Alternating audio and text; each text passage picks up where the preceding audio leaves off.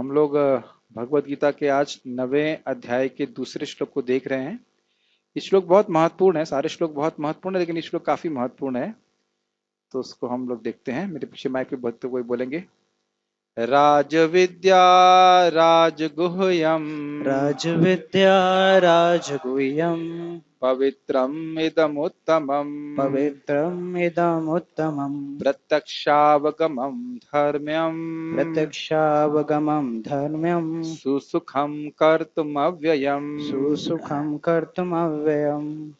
तो भगवान ने पिछले श्लोक में बोला कि ये ज्ञान विज्ञान सहित मैं तुमको दे रहा हूं क्योंकि तुम अनुसूया, तुम मुझसे ईर्ष्या नहीं करते हो। अब भगवान इस ज्ञान के महत्व को बता रहे हैं, या ज्ञान की महिमा को बता रहे हैं। कह रहे हैं ये सारी विद्याओं का राजा है और राजगुह्य, ये बहुत गुह्य है। पवित्रम इदम उत्तमम, ये बहुत पवित्र करने वाला है और सर्वश्रेष्ठ है। उत्तम तो समझते हैं, सर्वश्रेष्ठ है। प्रत्यक्षावगमम मतलब प्रत्यक्ष रूप से भगवान का दर्शन कराने वाला है। धर्मयम अर्थात सारे धर्मों का सार है, सब धर्म अपने आप ही इसमें सम्मिलित हैं। और सुसुखम, इसे करना बहुत आसान है। सुसुखम कर, तुम करने में कोई कठिनाई नहीं है। आज सुबह ब्रेकफास्ट प्रसादम लेने में कुछ कठिनाई अनुभव कर रहे थे आप लोग? यही कठिनाई थी कि पेट थोड़ा छोटा है हमारा। और यहाँ बैठने में क्या कठिनाई है? स्पेस तो है। तो कथा सुनने में, भगवान का कीर्तन करने में सुख है एक्चुअली, और भगवान का प्रसाद ग्रहण करने में सुख है। तो इसमें कोई कठिनाई तो नहीं महसूस कर रहे हैं। कथा सुनने में कोई कठिनाई नहीं है, समझने में कठिनाई हो सकती है। समझ में आए? दो बातें अलग अलग हैं। हर चीज सुनेंगे उसका मतलब नहीं हर चीज समझ रहे हैं। समझने में हो सकता है कठिनाई हो, लेकिन सुनने में कोई कठिनाई नहीं। ये दोनों बात समझ रहे हैं। और केवल सुनने मात्र से भगवान प्रसन्न हो जाते हैं, और फिर समझ में आए तो आगे कहना ही क्या। और क्या है अव्ययम, ये अन्य देवताओं की उपासना की तरह छोटा लाभ देने वाला नहीं है।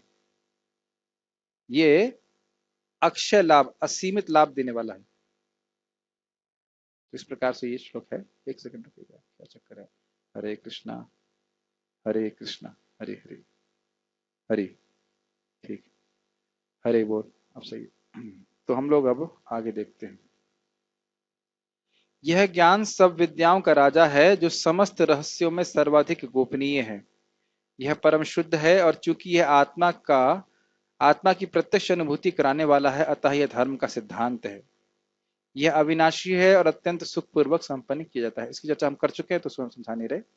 गीता भूषण टीका। अब ये राज विद्या पे बोल रहे हैं। यह सभी प्रकार की विद्याओं यथा शांडिल्य विद्या, वैश्वानर विद्या और दहर विद्या से श्रेष्ठ है। इन विद्याओं का वर्णन उपनिषद में है। मतलब उपनिषद का जो भी ज्ञान है उससे श्रेष्ठ ज्ञान भगवान यहाँ पे दे रहा है, ये समझना चाहिए। ये सभी रहस्यों का राजा है, अर्थात आत्मा के स्वरूप के संबंध में जो रहस्य हैं और अन्य विषयों में ये राजा है। मतलब आत्मा का स्वरूप क्या है, भगवान के दास के रूप में भगवान से क्या संबंध है उसके बारे में, भगवान को कैसे प्राप्त कर सकते हैं, भगवान को कैसे प्रसन्न कर सकते हैं, इन सभी के संबंध में विषयों में ये जो ज्ञान भगवान के 9वें अध्याय का बताएंगे, ये रहस्य है। ये राजा के समान। तो स्पष्ट है, यह गुह्य ज्ञान भक्ति का रूप लेता है। अब इससे पहले कि मैं आगे जाऊं, मैं ये पूछना चाहता हूं कि भक्ति को ज्ञान क्यों कहा जा रहा है? माइक पे बताइए, कल हमने काफी चर्चा करी थी। यस, क्योंकि ज्ञान ऑन ऑन नहीं हो रहा क्या? क्योंकि ज्ञान से किसी चीज को जाना जाता है। आवाज नहीं आ रही? अरे बोल। हाँ, बोलिए। क्योंकि ज्ञान से किसी चीज को जाना जाता है, तो उसी तरह से भक्ति के माध्यम से हम भगवान को जान सकते हैं। तो हाँ ज्ञान के माध्यम से भगवान को जान सकते, इसीलिए वह भक्ति है। हाँ।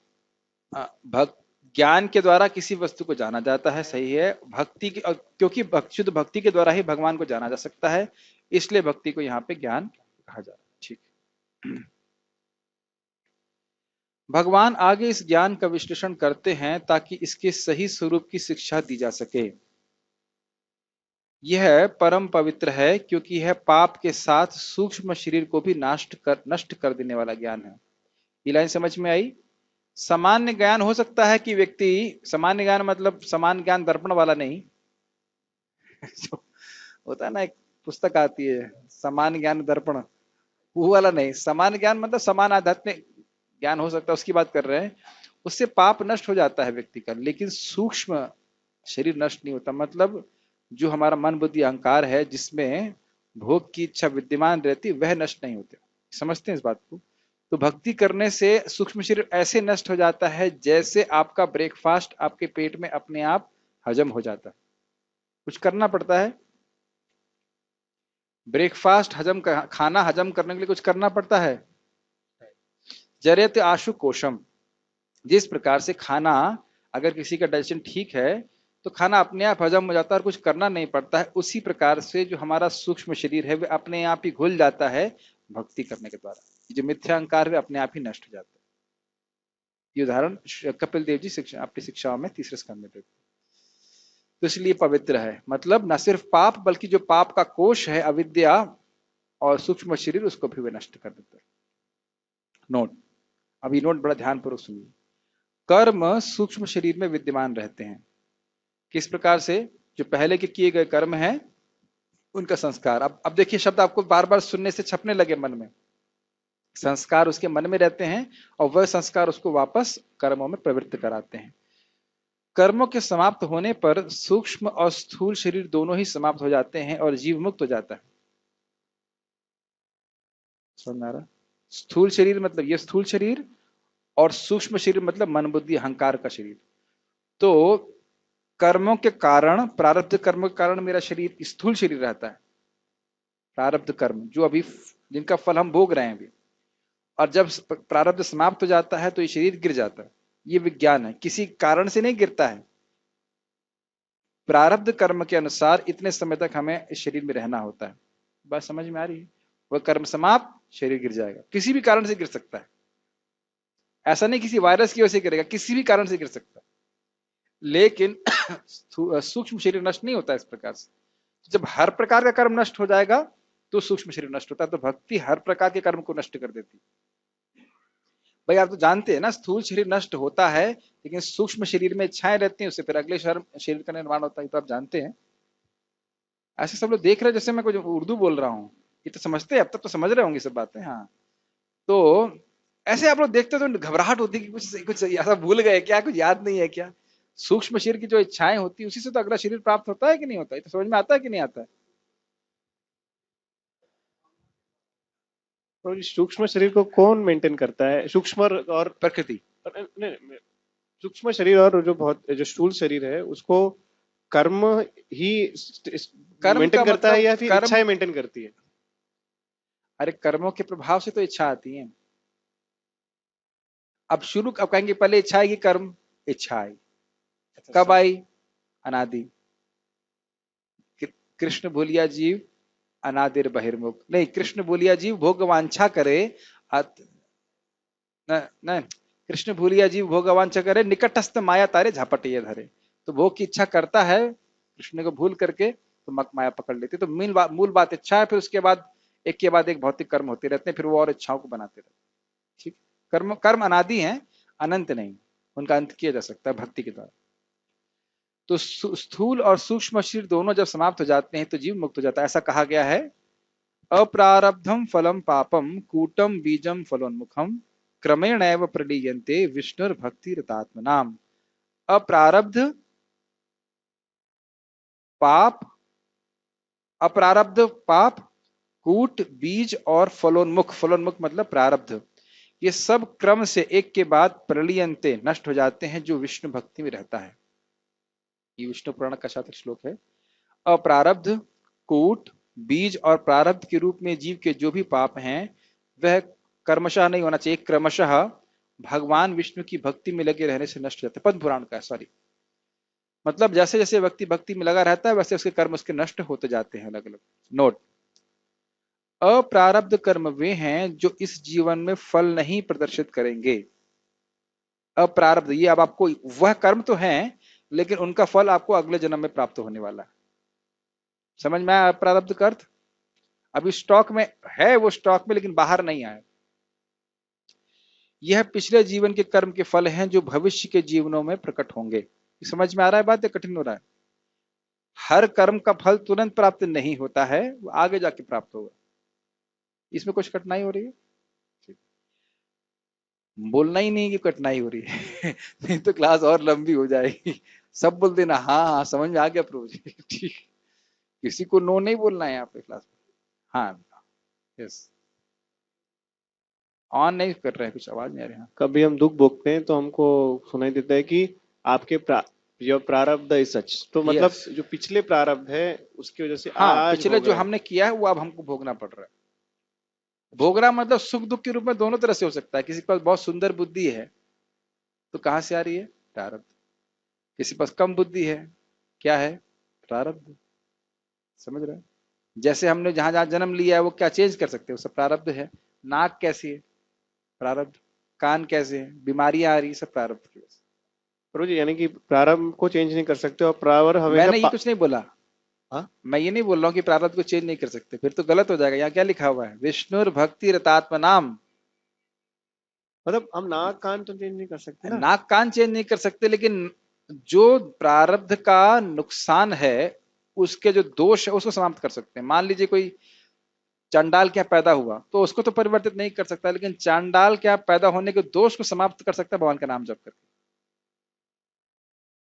भगवान के धाम ना जा सके ऐसा ऐसा चंडाल के संग भी नहीं है। चंडाल भी चंडाल के जन्म या जन्म लेने के बाद भी अगर भगवान को जप करता है, भक्ति करता है, तो भगवान के धाम चला जाएगा। यानी कि हमारा प्रारब्ध हमें भक्ति करने से रोक नहीं सकता। नहीं रोक पाएगा। यानी कहने के तात्पर्य यस। अपेति नाम स्फुरणे न तत्ते प्रारब्ध कर्मेत विरौति वेद। कौन बोल रहे हैं? शिला रूप गोस्वामी। ये वेद कह रहे हैं कि नाम स्मरण मात्र से प्रारब्ध नष्ट हो जाता है। वो केवल एक आभास मात्र रहता है भक्तों के लिए। कैसे? जैसे प्रभु जी का ये आपके साथ रेशम का है ना, इसको एक बार जला के देखते हैं हम लोग, नहीं घबराइए मत। रेशम का ये जो प्रभु जी पहने कपड़ा, अब ये तो नहीं देंगे, नहीं तो कभी हम जला कर देखेंगे कपड़ा तब समझ में आ जाएगा। रेशम के कपड़े को जलाना मत, लेकिन रेशम के कपड़े को जलाएंगे तो वह एक धागे के रूप में दिखाई पड़ता है, एक इंप्रेशन के रूप में रहता है। भक्तों के जीवन में प्रारब्ध कर्म सबसे पहले नष्ट होता है, लेकिन वो जीवन फिर चलते हुए क्यों दिखते हैं? भगवान को कुछ समय के लिए जगत में रखते हैं, एक आभास मात्र रहता है। केवल वही कर्म जो हमारे को भगवान के पास लेके आएंगे वो भगवान रखते हैं, चाहे वो सुख हो चाहे दुख हो। बहुत लंबा विषय हो जाएगा, लेकिन थोड़ा विचार कीजिएगा। प्रारब्ध कर्म या फलोन्मुख कर्म वह हैं जो इस जीवन में सुख या दुख के रूप में प्रकट होंगे, और यह पहले किए गए पुण्य या पाप के कारण होते हैं। अकस्मात अच्छा खाना मिल जाता है कि नहीं? अकस्मात जो हम संग्रह करते हैं, जैसे आज हमने संग्रह किया था कि दाल खाएंगे सुबह के प्रसाद की, और किसी ने बड़े प्रेम से जला दी, उसको गर्म किया और जला दिया। अब आप उस पर दोष दीजिएगा, उस व्यक्ति को दोष दीजिए, वो मतलब नहीं है, वो हमारे प्रारब्ध में है। वैसे तो प्रारब्ध मैं नहीं यूज करना चाहता, भगवान की व्यवस्था है, भक्तों के लिए भगवान की व्यवस्था होती है, प्रारब्ध नहीं। लेकिन आप खूब प्लान करिए कि ये करेंगे और वो नहीं होता, और अचानक कभी आपको बहुत अच्छा प्राप्त हो जाता है, तो देखना चाहिए। इसलिए दूसरों पे गुस्सा नहीं करना चाहिए, वो हमारा ही प्रारब्ध इस प्रकार से चलता है। ठीक है।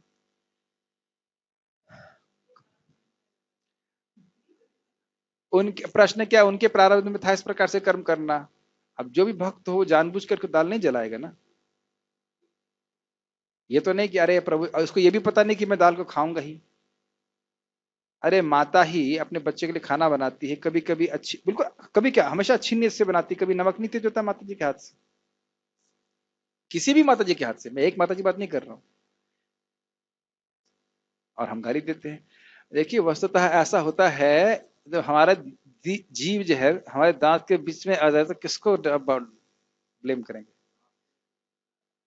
अगर जीभ, आपकी जीभ आप ही के दांत के बीच में आए तो दांत को तोड़ेंगे या जीभ उखाड़ेंगे? सहन करेंगे चुपचाप, क्या कीजिएगा? तो जो हमारा कर्म है वही हमारे ऊपर आ रहा है। ये वैसे तो बहुत बड़ी बात है, लेकिन इसको आप स्वीकार कर लेंगे तो दुखी होना बंद कर देंगे, मिजरेबल होना बंद कर देंगे। बहुत लंबा विषय हो जाएगा, मैं इधर नहीं जाना चाहता, लेकिन आपके पास जो आ रहा है वो हमारा ही किया हुआ है। लोग तो केवल पोस्टमैन हैं। कोई व्यक्ति जब कुछ भी नहीं कर सकता जब तक परमात्मा उसको कुछ करने के लिए आज्ञा न दे। तो जो भी जिस प्रकार से भी हमारे प्रति बर्ताव कर रहा है, पर भगवान ही उसको उसको प्रेरणा दे रहे हैं। क्यों? क्योंकि हमारा कर्म हमको प्राप्त कराया जाना है, होगा ही। अब इसको पॉजिटिव में ले लीजिए कि जब भक्ति कर रहे हो तो उसका फल भगवान दे दे हैं, और आप जानते हो भगवान अच्युत हैं, अर्थात अपने भक्तों पे कृपा करने से चूकते नहीं हैं। वो आपको भक्ति का फल देंगे ही, ये बात ध्यान रखिएगा। अमोघ भगवत भक्ति, भगवान की भक्ति अमोघ है, कभी नष्ट नहीं हो सकती। भगवान को प्रणाम किए हो, जब किए हो, भगवत गीता पढ़ रहे हैं, इसका फल आपको प्राप्त होगा ही होगा ही होगा। इस थोड़ा समय की प्रतीक्षा कीजिए, और यही फल है वस्तुतः, जब कर रहे हैं यही फल है। कूट और बीज यह दो अवस्थाएं हैं, अप्रकट प्रारब्ध और प्रकट प्रारब्ध के मध्यवर्ती अवस्थाएं। मतलब एक कर्म जो हम भोग रहे हैं, इसे हो गया प्रारब्ध, एक जो हम आगे भविष्य में भोगेंगे, और उसके बीच की अवस्था, प्रिपरेटरी अवस्था में, वह कूट और बीज कहा जाता है। जैसे यहां पे हमारे पास चोकर का गोडाउन है, ऐसे नहीं, कुछ चोकर ने उदाहरण दिया था महाराज ने, गेहूं का गोडाउन होता है। तो जो गेहूं आपके पास पिस पुस करके आपके रोटी में मतलब रूप में आ गया, वे हो गया आपका प्रारब्ध जो आप खा रहे हो। जो गेहूं गोडाउन में रखा हुआ है, जो आगे जाके कभी प्राप्त होगा, वो क्या है? अप्रारब्ध। अब बीज की अवस्थाएं भी तो होती हैं कि गेहूं को गाड़ी में रखा गया, गाड़ी से वो चक्की में गया, तो यह सब कूट बीज है, अभी आपकी प्लेट में नहीं आया। आप समझ में आया बात? नहीं समझ में आई? अप्रारब्ध है जो आगे की भविष्य के जीवनों में मिलेगा। जो गेहूं गोडाउन में पड़ा है वो क्या आपकी प्लेट में आ गया अभी? तो आगे मिलेगा कि नहीं मिलेगा? और जो गेहूं आटे के रूप में परिवर्तित होकर के आपकी प्लेट में रोटी के रूप में आया, उसे आप खा रहे हो, अभी वह प्रारब्ध है कि नहीं? उसका भोग अभी आप कर रहे हैं। प्रकट प्रारब्ध, प्रकट का मतलब अभी दिख रहा है, वो खा रहे हैं आप उसको, ठीक। और इसके बीच में कुछ अवस्थाएं हैं कि नहीं? गेहूं को गाड़ी में डालेंगे, गाड़ी से सफाई करेंगे, अब वो प्रिपरेशन चल रही है उसकी, सफाई करेंगे, धो लेंगे, करते हैं कि नहीं? फिर गेहूं को उसका चक्की में जाएगा, चक्की से आटा बनेगा, आटा के बाद फिर यहाँ पे आएगा। तो ये बीज की जो अवस्था है, इसे कूट और बीज कहा जाता है, ठीक। नहीं समझ में आ रहा, क्या कह सकते हैं अब, और इससे समझ में तो आ रहा होगा, नहीं आ रहा? तो ये सब ध्वस्त हो जाता है। उपरोक्त श्लोक में क्रमेणा शब्द यह दर्शाता है कि पाप 100 पत्तियों को छेदने की रीति से नष्ट हो जाते हैं। क्योंकि सुई एक पत्ती में ही एक बार में छेद करती है, इसलिए भक्ति एक एक करके कर्मों को नष्ट कर देगी। हालांकि मौखिक अभिव्यक्ति में यह एक साथ ही होते हुए लग सकता है। ये आप कुछ भक्तों को पता होगा ये बात, कुछ लोगों के लिए नई बात होगी। कभी कभी कहते हैं कि भक्ति सारे कर्मों को तुरंत नष्ट कर देती है, और कभी यहाँ पे कहना है कि क्रम से नष्ट करती है। तो ये कैसे समझा जाए? तो आप देख सकते हैं कि अगर आपके पास 100 हरी पत्तियां हों, आप एक्सपेरिमेंट कर लो, अपने आप समझ में आ जाएगा। हाँ, एक्सपेरिमेंट करने की क्या जरूरत है? आप माला बना रहे हैं कि नहीं बना रहे? आप माला बनाते हैं तो एक फूल, उसका दूसरा फूल, उसकी जो क्या कहेंगे पत्तियां हैं, उसमें सुई धसती जाती है कि नहीं जाती? अगर आपके पास मान लीजिए 5-10 फूल हैं, और आप एक साथ इसमें सुई पिरोते हैं, तो आप क्या कहेंगे? मैंने एक ही झटके में पांचों फूल, पांचों पत्तियां पिरो दिया। यस। लेकिन क्या अगर विश्लेषण किया जाए तो एक पत्ती के बाद दूसरी पत्ती का में सुई नहीं गई है? एक दृष्टि से आप कहेंगे एक साथ ही कर दिया हमने, और एक दृष्टि से कहेंगे नहीं, एक के बाद एक के बाद एक हुआ। तो दोनों का समावेश लेना चाहिए। अनादि काल से जीव फंसा हुआ है, तो बहुत कम समय लगता है। मान लो एक जन्म भी लगा, तो ये 2 जन्म भी लगे, अरे 10 जन्म भी लगे मान लीजिए, तो भी भक्ति अगर क्रम से बोला जाए तो भी इसको केवल एक क्षण ही कहा जाएगा। वैसे मैं तो एग्जैजरेशन कर रहा हूं, अच्छे से भक्ति करे तो एक जन्म में शुद्ध हो सकता है। अपराधों से बचे, भक्ति ठीक से करे, तो वह आसानी से एक जन्म में भगवान के धाम जा सकता है, कोई कठिनाई नहीं।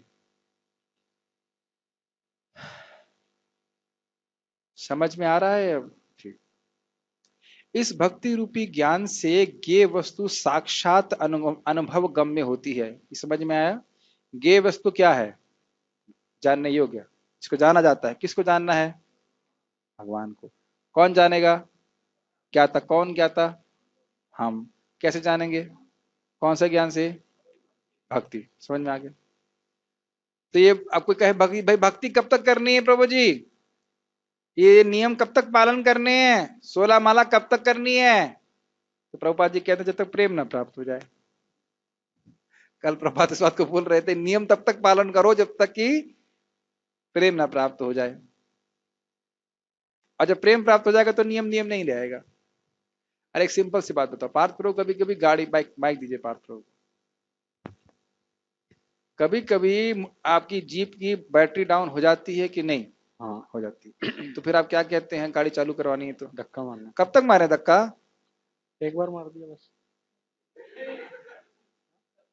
कब तक धक्का मारे? जब तक स्टार्ट ना हो। हाँ, अब क्या स्टार्ट होने के बाद भी धक्का मरवाएंगे लोगों से? नहीं। आप समझ में आ गई बात? प्रभुपाद जी उदाहरण इस बात देते हैं, कब तक धक्का मारिए जब तक धक्का मारने की जरूरत है, अब कोई जरूरत नहीं लगे। ये बात गौरांग प्रभु से पूछा, क्या आपको कृष्ण की मुरली सुनाई पड़ती है? तो बोले बेटा सुबह का अलार्म पहले अच्छा लगने लग जाए, उसके बाद बात करो कि कृष्ण की मुरली सुनाई पड़ रही है कि नहीं। अभी तो कृष्ण, अभी जो सुबह अलार्म बजता है मंगल आरती को, वही अच्छा नहीं लग रहा। तो खैर बात यह है कि भक्ति तब तक करनी है जब तक भगवान दिखने न लग जाए, ठीक है, चाहे कितना लंबा सफर है, लेकिन जब तक पहुंचेंगे नहीं तब तक हम दम नहीं लेंगे। मैं भगवान मतलब कृष्ण बोल रहे हैं, मैं भगवान जो परम ज्ञेय वस्तु हूं, श्रवण कीर्तन आदि के माध्यम से भक्तों के समक्ष प्रत्यक्ष प्रकट होता हूं। अब आप समझ रहे हैं कि कौन सा ज्ञान दिया जा रहा है।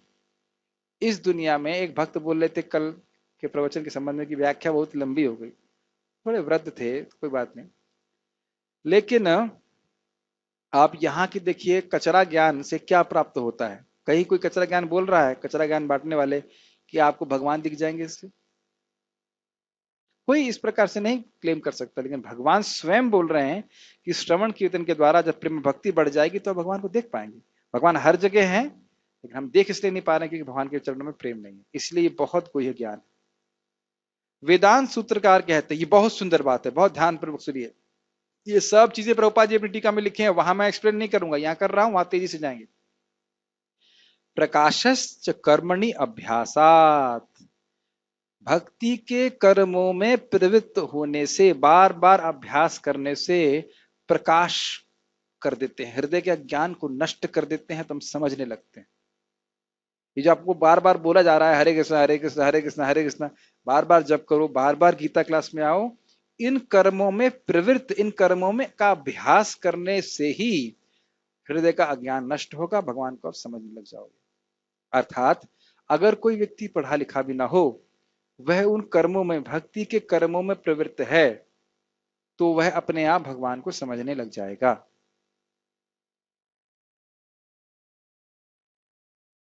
बार बार अभ्यास करें, बार बार सुने, बार बार श्रवण करें, श्रवण कीर्तन जले करे सिंचन, बार बार करेंगे तो भगवान के प्रति प्रेम जागृत होगा, हृदय का अंधकार नष्ट होगा, तम नष्ट होगा, हम समझने लग जाएंगे भगवान। समझ में आ रहा है मोहित? कोई कठिनाई तो नहीं हो रही? भक्ति की क्रियाओं की पुनरावृत्ति से भगवान प्रकट होते हैं, तो इसलिए यह प्रश्न बनना ही नहीं चाहिए, एक नाम से मुक्त हो जाते हैं तो बार बार नाम क्यों करना है, क्योंकि नाम का प्रभाव मुक्ति नहीं है, मुख्य प्रभाव। भाई आप लोग इसीलिए तो आए ना यहाँ पे कि थोड़े पंखे की हवा मिले। पंखे की हवा खाने के लिए नहीं आए हैं, पंखे की हवा तो अपने आप लग रही है, मुख्य बात है कि क्लास सुनने के लिए आए। Make sense? तो भक्ति का हम अनुशीलन कर रहे हैं, अभ्यास कर रहे हैं, ताकि भगवान के चरणों में प्रेम की प्राप्ति हो। ये बात हम कई बार सुन चुके हैं, लेकिन इतना मत सोचिएगा कि ऑब्वियस है लोगों, इसकी व्याख्या नहीं करना चाहता हूं, समझ रहे हैं मैं क्यों बोल रहा हूं। जब लोग श्रवण नहीं करते हैं तो आप देख सकते हैं कि वो भूल जाते हैं कि वो किस संस्था में किस लिए है। मेरी बातें अन्य ब्रह्मचारी लोग समझ रहे होंगे मैं क्या कह रहा हूं। जो लोग आध्यात्मिक संस्था में रहते हुए भी कृष्ण के बारे में श्रवण नहीं करते, तो वो समझ ही नहीं पा रहे हैं कि वो है क्यों यहाँ पे। इसीलिए झगड़ा होता है, इसीलिए वाद विवाद होता है, अन्यथा कोई वाद विवाद की कोई बात नहीं है। आपके भगवान कौन है? अनुपम कृष्ण प्रभु। हाँ, कृष्ण है। पार्थ कृष्ण प्रभु आपके कृष्ण है, आपके कोई गोपाल जी कृष्ण, सभी के भगवान कृष्ण है और उनको संतुष्ट कैसे कर सकते हैं? भक्ति से। यस, तो फिर झगड़े की क्या बात है? आप लोग झगड़ा नहीं करते हो, मैं खाली बोल रहा हूं कि ये श्रवण बहुत महत्वपूर्ण बात है। अगर मुद्देशी भूल जाएंगे तो तलवार निकल जाती है, भक्तों के समाज में भी तलवार निकल जाती है। ये फोकस हट जाता है अगर तो। खैर मैं डाइग्रेस नहीं करना चाहता। धर्मयम अर्थात यह धर्म आदि के कार्यों से युक्त होता है, अर्थात ये मूर्तिमान धर्म ही है। भगवत भक्ति करने से सारे धर्मों का अनुशीलन हो जाता है। सुनी चुके हैं आप लोग, भगवान का नाम उच्चारण करने मात्र से सारे यज्ञ तपस्या का फायदा अपने आप प्राप्त हो जाता है। अलग से कोई धर्म करने की जरूरत नहीं, व्यक्ति अपने आप ही धार्मिक हो जाता है। यह गुरु की सेवा आदि धार्मिक कार्यों से सदा पुष्ट होती रहती है। गुरु की सेवा, सेवा का हमने दो अर्थ लिए थे, याद है? परिचर्या और परिसंग, और सॉरी प्रसंग और परिचर्या। क्या अर्थ है इनका? यस, अब इसीलिए देखिए अभ्यास की जरूरत है। कल बताया, आज भूल गए। यस, परिचर्या अर्थात उनको थोड़ी पानी देना, उनका तो सेवा करना या प्रसाद हाँ, खिलाना। जो भी उनके और लिए आवश्यक है करना। और वपु सेवा और प्रसंग, प्रसंग अर्थात उनके उनके द्वारा श्रवण करना। श्रवण करना। तो इस प्रकार से, दोनों प्रकार से अगर व्यक्ति करता है तो उसकी भक्ति पुष्ट होती है। श्रुति कहती है, इन सब उदाहरणों को प्रभुपाद जी अपने तात्पर्य में बड़े विस्तार से समझाएंगे। श्रुति कहती है कि आचार्यवान पुरुषो वेदा, जिस व्यक्ति के पास गुरु हैं वह भगवान को जान सकता है। मतलब केवल वेद का अपने से अध्ययन करने से भगवान को नहीं समझ पाएगा। भगवान को प्रभुपाद जी जैसे महान आचार्य की परंपरा में प्राप्त किया जा सकता है, उनका ज्ञान प्राप्त किया जा सकता है। ठीक, एक व्यक्ति ने मुझसे आज प्रश्न किया कि उसको किसी ने बोला, अरे भाई गीता में तो हरे कृष्ण मंत्र लिखा नहीं है, तो गीता में तो लिखा ओम तत्सत, मैं तो वही बोलूंगा। मैं कहा ठीक है, वो भी ठीक है, ओम तत्सत आप बोलिए, लेकिन समझना चाहिए कि वो ओम क्या है, कौन है, तत् कौन है, सत कौन है। वो भगवान कृष्ण है। ओम तत्सत का अर्थ है कि ये क्रिया मैं भगवान को समर्पित करता हूं। ये नहीं समझेंगे तो अपने से केवल समझने का प्रयास करेगा तो नहीं समझ सकता। इसीलिए परंपरा में भगवत गीता के ज्ञान को स्वीकार करना होता है। इस भक्ति का संपादन करना सरल है और उसको पूर्ण करना भी सरल है, क्योंकि यह है भगवत कथा श्रवण, भगवान के चरणों में तुलसी दल और जल अर्पण आदि सरल क्रियाओं से युक्त है। ये समझ में आया कि सुसुखुम क्यों है? ये कोई कठिनाई है? कथा सुनने में कोई दिक्कत नहीं है, आसानी से हो जाता है, इसलिए इसके महत्व को हम नहीं समझते। समझते हैं क्लास में जाने से क्या होगा, ये तो वही सब बातें बोलेंगे। या तुलसी जो भगवान के चरणों में अर्पित उसे ग्रहण कर रहे हैं, उसे क्या दिखता है कि क्या महत्व है उसका। तो इसलिए देखने की बजाय हम शास्त्रीय श्रद्धा से युक्त होकर के इन कर्मों में प्रवृत्त हों। देखने बहुत सिंपल लगते हैं। कोई भागवत में बैठा है तो कैसे मालूम चल जाएगा कि इस भागवत को पढ़ने सुनने की इच्छा होने मात्र से भगवान उसके हृदय में आ जाते। आप समझ पा रहे हैं मेरी बात? और इसीलिए बहुत से लोग भागवत क्लास में नहीं आते। और कौन से कर्म इसमें ऐसा लिखा हुआ बताइए कि यह कर्म करोगे और कृष्ण तुम्हारे हृदय में आ जाएंगे, बंध जाएंगे? बता दीजिए, चैलेंज है। और कौन सा कर्म जरा बता दीजिए, कहीं नहीं लिखा।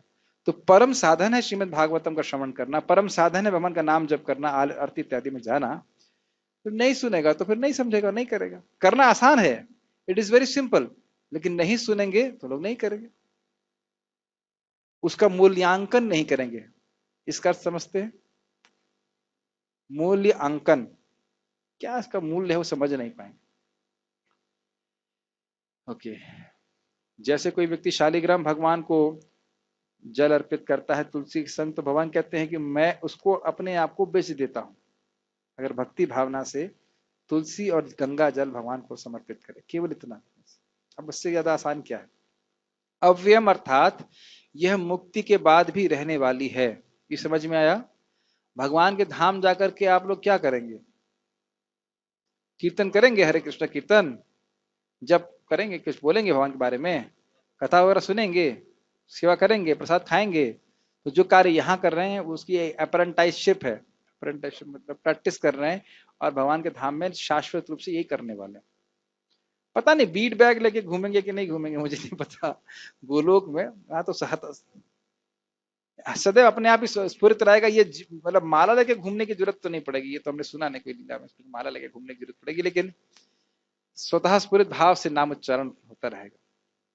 बाद में भगवान कहते हैं, कहेंगे कि भक्त्या माम अभिजानाति, अर्थात भक्ति के द्वारा ही मुझको जाना जा सकता है। कर्म योग आदि अन्य प्रक्रियाएं ऐसे गुणों से युक्त नहीं होती, इसलिए भक्ति को ज्ञान का राजा कहा जा रहा है। समझिए इस बात को।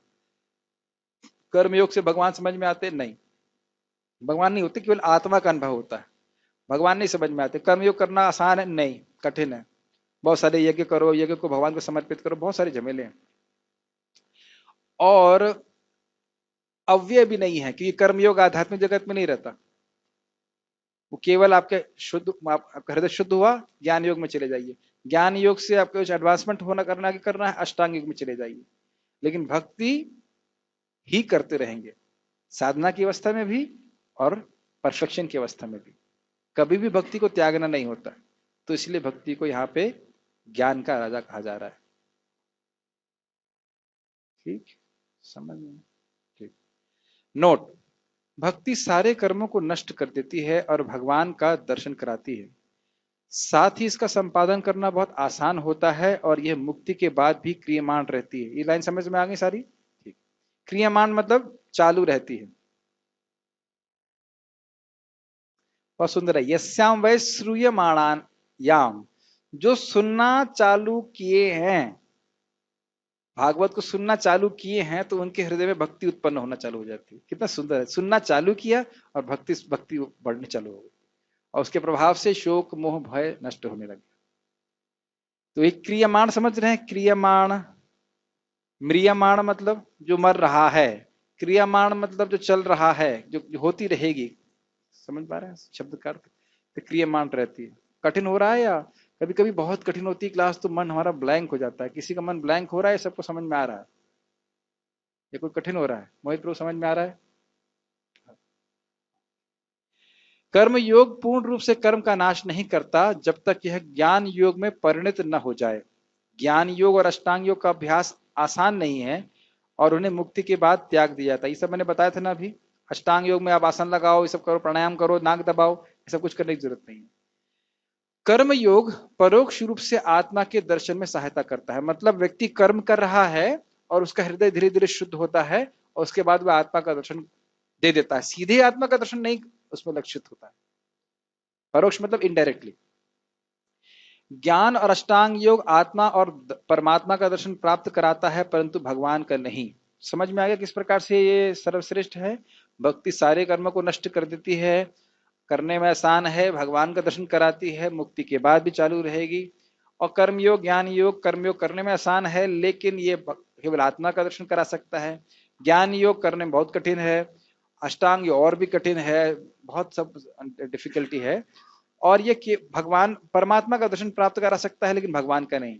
क्या अंतर है? परमात्मा किस प्रकार से है? उपद्रष्टा अनुमंता, वो देख रहे हैं और अनुमति दे रहे हैं, लेकिन अपने भक्तों से प्रेम का आदान प्रदान नहीं कर रहे हैं।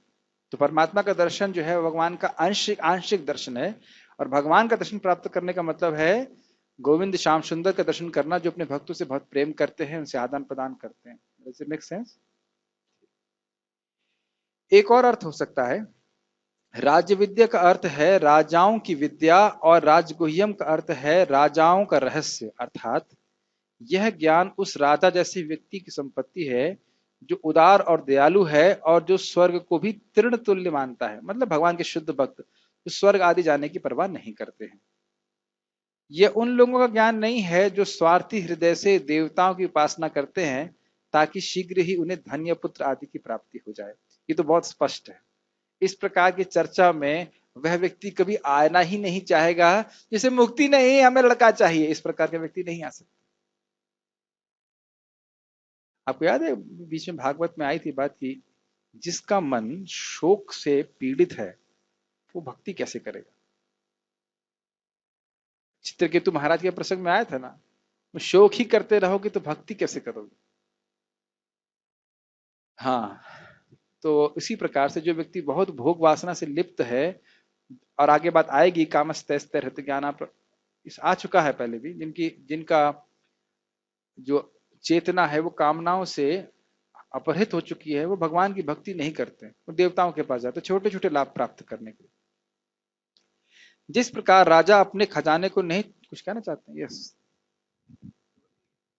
वो ये भक्ति योग के जो भी पद पे चलते हैं उनको दयालु कहा गया है और अन्य पद पे लोग को स्वार्थी कहा गया है। हाँ, तो जो उनको दयालु जो कहते हैं, जो भक्ति योग का पालन करते हैं, वो दया किस पे करते हैं? खुद पे करते हैं कि जीवों पे करते हैं? दयालु दया दूसरों पे की जाती है। दया जो हमसे हीन व्यक्ति है उस पे किया जाता है। हीन मतलब जिसके पास हमारी जैसी सुविधा प्राप्त नहीं, उस पे दया की जाती है। हम भक्ति कर रहे, दूसरों पे दया कैसे कर रहे हैं? जब आप भक्ति करते हैं तो स्वाभाविक दूसरों पे दया करने की प्रवृत्ति आ ही जाती है। अपने आप ही अनुभव होता है कि अरे ये कितना दुख में है, इसका दुख दूर करने का मुझे प्रयास करना चाहिए। तो उसमें कोई दिक्कत नहीं। भक्ति के प्रभाव से अपने आप ही हृदय हमारा सॉफ्ट हो जाता है। माइक पे पूछिए। जो बहुत ज्यादा खुश है, थोड़ा माइक में बोलिए। हाँ, बहुत एक्सेस खुश है, जो बहुत खुश है, हाँ, वो उसको भी भक्ति में प्रॉब्लम आ सकती है। मतलब अपने मटेरियल लाइफ में ही बहुत ज्यादा खुश है, जैसे जो बहुत ज्यादा शौक में रहता है। हाँ, जो बहुत ज्यादा शोक से ग्रसित है और जो बहुत ज्यादा भोग में पड़ा हुआ है, उसके लिए भी भक्ति करना मुश्किल है। देखिए, भोग से कोई सुखी नहीं है। आज सुबह की क्लास में समझे थे ना आप, भोग से कोई सुखी नहीं होता है। केवल वह है सुख का, क्या कहेंगे, मोह में पड़ा रहता है, इसलिए सोच रहा है कि मैं सुखी हूं। सुखी हो नहीं सकता, क्योंकि आत्मा स्वरूपतः भौतिक भोगों से बिल्कुल अलग है। खाली देखने में लगता है। आज सूरत ना, श्रुति सुखम दृष्टि सुख, केवल देखने में लग रहा है कि वो सुखी है। एक मैं एग्जांपल देता हूं। अमेरिका के कोई महान व्यक्ति, महान मतलब कुछ प्रसिद्ध व्यक्ति हैं, और उनका कथन है कि भगवान से मेरी प्रार्थना है कि सबको पैसा दे और सबको प्रसिद्धि दे, ताकि वो समझ जाए कि यह कोई सोल्यूशन, क्या बोलेंगे, समाधान नहीं है। समझ रहे ना मेरी बात? तो ये खाली कहने की बात है वहां, लेकिन ये बात सही है कि भोगेश्वर प्रसक्ता नाम तया परहित चित्तसाम। जो भोग और ऐश्वर्य के प्रति आसक्त होते हैं, उनकी चेतना हर ली जाती है और भगवान के पास आने के लिए अनुभव नहीं करते। इसीलिए भगवान दुख देते हैं, ताकि कम से कम उनकी शरण में आए तो सही। माइक पे बताइए। डिपेंड भी करता है किसके पास भोग और ऐश्वर्य। जैसे प्रहलाद महाराज और इन सबके पास भी भोग और ऐश्वर्य तो था, भाई लेकिन ये तो पहले से भाई भक्त है ना। हाँ, ये यहाँ जो बात करें एंट्री लेवल भक्ति, प्रहलाद महाराज तो मतलब पहलवान है उसकी भक्ति के। युधिष्ठिर महाराज, इन सबके पास भी अरे भाई, ये तो नित्य सिद्ध पार्षद हैं। आप उनकी बात करिए जो एंट्री लेवल भक्ति कर रहे हैं, या भक्ति नहीं कर रहे हैं और केवल भोग प्राप्त हैं। क्या एक श्लोक है ना, जो धन ऐश्वर्य से युक्त रहते हुए आपको, क्या है, माता कुंती बोलती क्या है, एधमाना मदहपुमान नैवाम जन्म ऐश्वर्य श्रुति श्री भी एधमान मदहपुमान ना त्वाम अकिंचन गोचर वैसे करके। और यही चीज आप देखिए कि अब ये बड़ा प्रमाण आ रहा है। ये आप देखिए, नलकुबेर और मणग्रीव, उनको एक बुखार था, वो बुखार था धन का। और नारद जी ने एनालिसिस किया तो सबसे ज्यादा दिमाग खराब करता है धन। तो जिसके पास धन बहुत ज्यादा और भक्त नहीं है, तो उसकी भगवत विमुखता बढ़ ही जाती है। मांस खाएगा, स्त्री संग करेगा, सब शराब पिएगा, तो भगवान के पास आने का चांस बहुत कम है। इसलिए भगवान थोड़ा सा ने इंजेक्शन लगाया शाप के रूप में, ताकि इनका बुखार कम हो। ये पढ़ सुन, सब जानते हैं इस बात को। धनी लोग प्राय भगवान के पास नहीं जाते। यह नहीं बोल रहे हैं कि धनी हो तो भक्ति कर नहीं सकते, लेकिन प्राय धनी लोग भगवान के पास नहीं जाना चाहते, भोगों में व्यस्त व्यस्त रहते हैं। जिस प्रकार राजा अपने खजाने को नहीं छुपाते हैं, परंतु अपने व्यक्तिगत मंत्र को छुपाते हैं, यद्यपि वे उदार होते हैं, उसी प्रकार भक्त यद्यपि उदार होते हैं, फिर भी उन्हें इस गुह्यतम ज्ञान को ध्यान पूर्वक रखना चाहिए, चाहे वे अन्य ज्ञान को रहस्य न रखें। कहने का अर्थ है कि भक्त लोगों को भी ये ज्ञान उन लोगों को देना चाहिए जो सुनना चाहते हैं। क्या कहते हैं उनको, बालिश, जो मासूम है, जो सुनना नहीं चाहते हैं, भगवान के द्वेषी हैं, उनके सामने इस ज्ञान को प्रस्तुत करना ये अच्छी बात नहीं।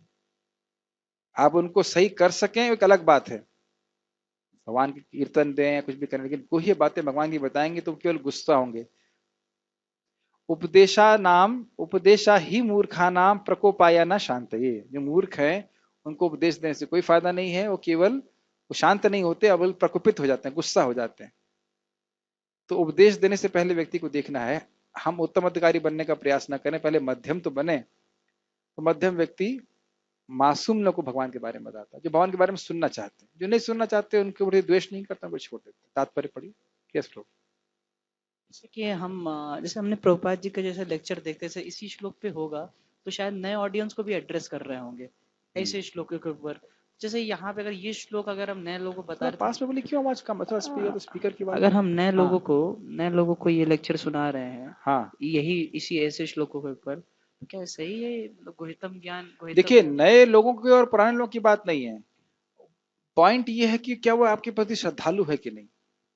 मैंने देखा है कि कई बार नए लोग भी बड़ी श्रद्धा रखते हैं। हाँ, साधु जी सही बोल रहे हैं, प्रभु जी सही बोल रहे हैं, तब उनको बताना चाहिए। आपको याद है ना, हम बीकानेर में गए, हमने एक व्यक्ति को पूछा, आप थे भी साथ में, एक दाढ़ी वाले बाबा, कि आप जप कीजिए एक माला। अरे आप एक माला की क्या बात कर रहे हैं? 24 घंटे नाम होना चाहिए, अजपा जप होना चाहिए, बिना जप किए जप होना चाहिए। उन्होंने कहा हाँ आप सही कह रहे, आप सही कह रहे। तो हमारे ही गुरु बन गए। ये मुझसे एक व्यक्ति पहली बार आके मिला, फिर कार्यक्रम में उसने बैठा, सुना, उसके बाद वो सुन नहीं रहा था कुछ, मतलब सुन रहा था लेकिन कुछ नहीं सुन रहा था। आपने सुना होगा इस प्रकार से। हाँ, तो बाद में आए प्रवचन के, बोले जहाँ पे आप हैं वहां हम पहले ही पहुंच चुके हैं। मैंने कहा बहुत धन्य है आप ऐसे। हमने कहा फिर हमने कोई ज्ञान, हमने कहा इनको पुड़ी खिलाओ इनको प्रसाद खिलाओ, थोड़ा उनके पास कोई बुद्धि आएगी तब समझेंगे। कृपा नीचे ही की तरफ जाती है। जो व्यक्ति श्रद्धालु नहीं है उसको ज्ञान देने से फायदा नहीं, फायदा है भी नहीं। आप दोगे भी तो स्वीकार नहीं करेगा। ठीक है, तात्पर्य पढ़ेंगे हम, जितना हो सकेगा पूरा करेंगे, नहीं तो फिर कल करेंगे। जिन चीजों की चर्चा मैंने टीका में कर रही उसको मैं नहीं करूंगा, कुछ नए पॉइंट्स आएंगे तब चर्चा करेंगे। यस। तात्पर्य। भगवत गीता का यह अध्याय विद्याओं का राजा राज विद्या कहलाता है, क्योंकि यह पूर्वती व्याख्यात व्याख्यायित व्याख्यायित व्याख्यायित समस्त सिद्धांत एवं दर्शनों का सार है। मतलब कर्म योग, ज्ञान योग, अष्टांग योग सबसे आगे है। यस। भारत के प्रमुख दार्शनिक गौतम, कणाद, कपिल, याज्ञवल्क्य याज्ञवल्क्य, याज्ञवल्क्य, शांडिल्य तथा वैश्वानर हैं। सबसे अंत में व्यासदेव आते हैं जो वेदांत सूत्र के लेखक हैं। अतः दर्शन या दिव्य ज्ञान के क्षेत्र में किसी प्रकार का अभाव नहीं है। अब भगवान कहते हैं कि यह नवम अध्याय ऐसे समस्त ज्ञान का राजा है। यह वेदाध्ययन से प्राप्त ज्ञान एवं विभिन्न दर्शनों का सार है। इसको तो आप 8वें अध्याय के लास्ट श्लोक से देख सकते हैं। जो वेद इत्यादि पढ़ने से फायदा होता वह भक्ति करने से हो जाएगा। तो शुद्ध भक्ति सारे वेदों का सार है। यस। यह गुह्यतम है, क्योंकि गुह्य या दिव्य ज्ञान में आत्मा तथा शरीर के अंतर को जाना जाता है। ये सब चर्चा मैंने कल कर ली थी, इसको हम आज नहीं पढ़ाएंगे। समस्त गुह्य ज्ञान के इस राजा राज विद्या की पराकाष्ठा है भक्ति योग। सामान्यतः लोगों को इस गुह्य ज्ञान की शिक्षा नहीं मिलती, उन्हें बाह्य शिक्षा दी जाती है। जहाँ तक सामान्य शिक्षा का संबंध है, उसमें राजनीति, समाजशास्त्र, भौतिकी, रसायन शास्त्र, गणित, ज्योतिर्विज्ञान, इंजीनियरिंग आदि में मनुष्य व्यस्त रहते हैं। विश्व भर में ज्ञान के अनेक विभाग हैं और अनेक बड़े बड़े विश्वविद्यालय हैं, किंतु दुर्भाग्यवश कोई ऐसा विश्वविद्यालय या शैक्षिक संस्थान नहीं है जहां आत्मा विद्या की शिक्षा दी जाती हो। प्रभुपाद जी MIT में गए और ने पूछा भी, भाई यहाँ पे आत्मा की विज्ञान का कोई है डिपार्टमेंट? कहते ना, वो तो नहीं। पढ़िए। और कितनी अद्भुत बात है कि हम सब कुछ जान लेते हैं, बस ये नहीं जानते कि हम हैं कौन। और कोई पूछता भी नहीं इस प्रकार से, कोई विचार भी नहीं इसके बारे में। फिर भी आत्मा शरीर का सबसे महत्वपूर्ण अंग है। आत्मा के बिना शरीर महत्वहीन है।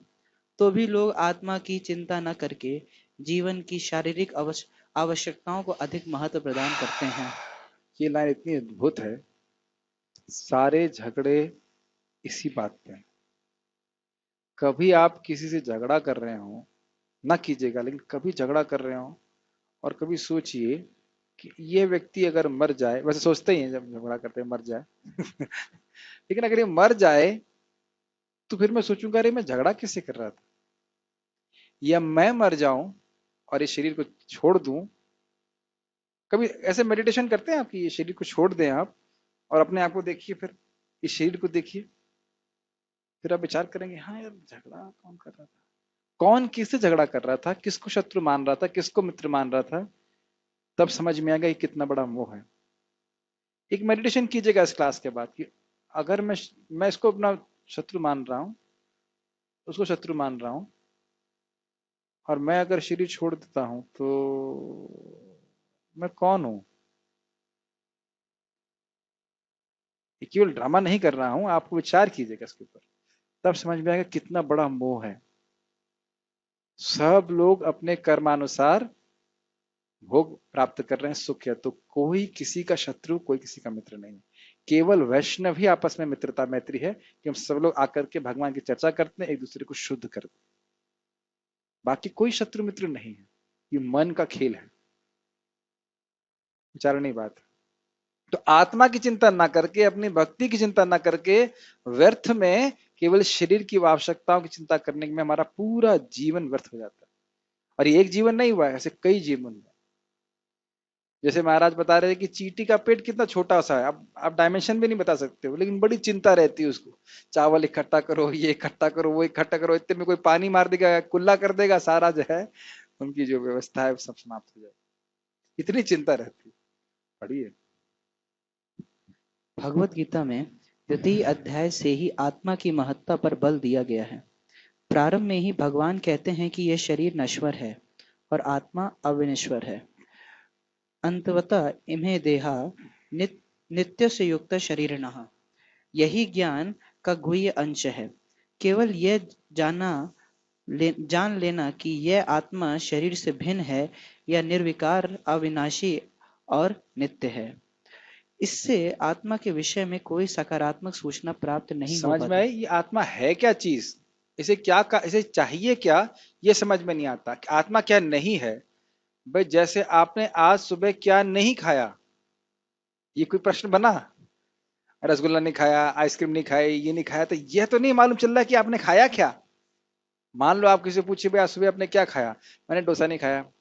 नहीं, क्या खाया? नहीं मैंने इडली नहीं खाई, और जो भी चीजें, तो ये नहीं पूछ रहे हैं कि क्या नहीं खाया, ये पूछ रहे हैं कि क्या खाया। तो समझ में आया कि ये नेति नेति का तरीका जो बताया कि भाई आत्मा शरीर नहीं है, आत्मा को जला नहीं सकते, सुखा नहीं सकते, सब ठीक है, लेकिन आत्मा है क्या, यह चीज समझना चाहिए। और इस चीज को मायावादी नहीं समझ सकते कि आत्मा है क्या, क्योंकि आत्मा का संबंध भगवान के संबंध में आप समझ सकते हो। ठीक, पढ़िए। कभी कभी लोगों को यह भ्रम रहता है कि आत्मा शरीर से भिन्न है, और जब शरीर नहीं रहता या मनुष्य को शरीर से मुक्ति मिल जाती है तो आत्मा शून्य में रहता है और निराकार बन जाता है। किंतु यह वास्तविकता नहीं है। जो आत्मा शरीर के भीतर इतना सक्रिय रहता है, वह शरीर से मुक्त होने के बाद इतना निष्क्रिय कैसे हो सकता है? ये समझ में आई पॉइंट? पॉइंट ये है कि कुछ लोग कहते हैं मुक्ति के बाद आत्मा कुछ नहीं करती, बस शून्य में टंगी रहती है। ऐसा नहीं है। आत्मा की क्रियाएं आध्यात्मिक जगत के बाद भी रहती, उसी को अव्ययम शब्द से यहाँ पे श्लोक में इंगित किया जा रहा है कि जो भक्ति यहाँ पे आत्मा कर रही है वही आध्यात्मिक जगत में जाकर के भक्ति करेगी, पूर्ण रूप से करेगी, कोई बंधन नहीं रहेगा। यस, यह सदैव सक्रिय रहता है। यदि यह शाश्वत है तो यह शाश्वत सक्रिय रहता है, और वैकुंठ लोक में इसके कार्यकलाप अध्यात्म ज्ञान के गुहितम अंश हैं। समझ में आया? जो बात अव्ययम शब्द से क्या इंगित हो रहा है कि जो आपको वैकुंठ में क्रियाएं कर रही हैं, हरि कथा, हरि चर्चा, हरि सेवा, वो यही यहाँ पे भी अभ्यास कर रहे हैं। तो हम लोग केवल हम ब्रह्मास्मि, हम ब्रह्मास्मि नहीं करते रहते कि मैं ब्रह्म हूं, अपितु ब्रह्म की क्रियाओं में लग रहे हैं। और क्योंकि आज तक हम लोग केवल शरीर की क्रियाओं को करते आए हैं, आज तक मतलब इस जन्म तक, तो स्वाभाविक रूप से शरीर की क्रिया करने में कोई कठिनाई नहीं होती है। कभी आज तक ये प्रश्न आया कि भाई प्रसादम कैसे खाया जाए? कोई डाउट आप लोगों ने कभी किया? तो ये प्रसाद कैसे खाया जाए, कैसे बैठा जाए, कैसे हम मतलब साधना करें कि प्रसाद खा सकें? कोई दिक्कत नहीं है, ये तो खाने वाली क्रिया है, कोई दिक्कत नहीं है। सोने में कोई दिक्कत आ रही है? कोई दिक्कत नहीं। आहार निद्रा भय मैथुन शरीर की क्रिया है, इसको तो हमें खूब अभ्यास किया हुआ है, तो इसमें कोई कठिनाई नहीं है। अब ये कथा सुनना, ये जप करना, यह सब आत्मा की क्रियाएं हैं, तो इनका अभ्यास हमें करना पड़ेगा, और यही हमारी असली क्रिया है। ये कुछ कह रहे थे बाबू जी, कुछ कह रहे थे? ऑन कर लीजिए। ब्रह्म मतलब ब्रह्म, ब्रह्म, ब्रह्म नहीं, ब्रह्म, Yes, ब्रह्म, हाँ ब्रह्म, वो भक्ति की क्रिया करते हैं ना, हम लोग ब्रह्म की क्रिया करते ब्रह्म की क्रिया का मतलब यह है कि हम ब्रह्म हैं, हम आत्मा हैं, और ब्रह्म की क्रिया मतलब आत्मा की क्रिया। वो क्या है? क्रिया है, वो भक्ति है जो भगवान कृष्ण को समर्पित की जाती है, तो वो ब्रह्म की क्रिया है। यस, ऑन तो करो। हाँ जैसे हम आप कह रहे थे जहां भी प्रसाद ले लेते हैं, हाँ हम हमारे प्रैक्टिकल टेस्ट नेक्स्ट टाइम हम हिमालय यात्रा में गए थे, नीचे गंदा था, तो हम सब लोग पेड़ पे चढ़ के प्रसाद लिया। वो आम का पेड़ था, उसकी डाल फैली हुई थी। मैंने बताइए, फोटो भी शेयर की थी, एक इस डाल पे बैठा था, एक उस डाल बताइए। पे बैठा था। ये बहुत अच्छी बात प्रभु जी कह रहे हैं। देखो, नीचे बैठने का स्थान नहीं मिला तो पेड़ पे बैठ के खा लेंगे। कभी कभी लोग खड़े होकर खा लेते हैं और सोते भी हैं खड़े होकर के। मैंने सुना है कि मेट्रो में लोग खड़े होकर सो के चले जाते हैं, लेकिन भजन ऐसा नहीं होता। इसलिए याद रखिए, जप के लिए इतना हमारा उत्साह नहीं होता है, क्योंकि उसका अभ्यास नहीं है। अगर ऐसा स्थिति आता है कि पेड़ पर चढ़ के भी जप कर ले रहे तो कोई दिक्कत नहीं है, लेकिन अन्यथा हमको जप के लिए सुबह उठ कर जप करना होता है, भक्तों का संग चाहिए, कि उसका अभ्यास अभी हमको नहीं। शरीर की क्रिया करने में कोई कठिनाई नहीं आती, कोई दिक्कत नहीं होती। यहाँ नहीं खाएंगे तो वहां खाएंगे, कहीं ना कहीं मुंह मार लेते, लेकिन जप के लिए इस प्रकार से नहीं रहता। इसीलिए बोला जाता है कि सुबह उठना है, जप करना है, सजग रहना चाहिए इस चीज के लिए। यस प्रभु। प्रभु जी, आपने व्याख्या किया है कि हम जो कार्य वैकुंठ लोक में या भगवत धाम में करने वाले हैं, वो कार्य हम यहाँ पे कर रहे हैं, उसका यस, मतलब। तो प्रभु जी, यहाँ पे तो लिखा प्रभु जी, मतलब वैकुंठ लोक में इसके कार्यकलाप आध्यात्म ज्ञान के गुह्यतम अंश है, तो मुझे समझ में नहीं मतलब लोगों को ये नहीं पता है कि मुक्त, ये देखिए आपके लिए बहुत आसान है प्रभु जी, लेकिन अगर सामान्य व्यक्ति की बात करें, सामान्य मायावादी की बात करें, तो उसे यह नहीं पता है कि मुक्ति के बाद क्या कार्य करना होता है। देखिए, मैं एक फिलोसफर को फॉलो करता था। फॉलो मतलब उस जमाने में फेसबुक नहीं था, फॉलो मतलब नॉर्मल शब्द। तो उन बस ये बोलते हैं ब्रह्मनिष्ठ हो जाओ, ब्रह्म की प्राप्ति कर लो। बहुत बचपन की बात बोल रहा हूँ, यह नहीं पता था कि उसके बाद क्या है। आप लोगों के लिए बहुत आसान है, हम लोग के लिए बहुत आसान है कि प्रभुपाद की कृपा से इसको हम जानते हैं कि गोलोक में जाके हम क्या करेंगे, नाचेंगे, गाएंगे, खाएंगे, आनंद लेंगे। हाँ, भगवान के साथ में खाएंगे, नाचेंगे, गाएंगे, सब यही हो रहा है, और कुछ तो नहीं हो रहा है। गाय चराने जाएंगे, जो भी कुछ करेंगे जैसे आपका भाव है। लेकिन ये सारी बातें बहुत गोई हैं। ये हमको इसलिए पता है क्योंकि आचार्यवान पुरुषो वेदा। नहीं तो ये महान महान जो तथाकथित दार्शनिक है, वो क्या बोलेंगे, हमको उस सच्चिदानंद की प्राप्ति करनी है। कौन सच्चिदानंद? परम पिता परमेश्वर पर ब्रह्म कौन? हाँ, कौन? ईश्वर। ऐसे बोल देंगे घुमा फिरा के, ये नहीं मालूम चलेगा कि वो कृष्ण है।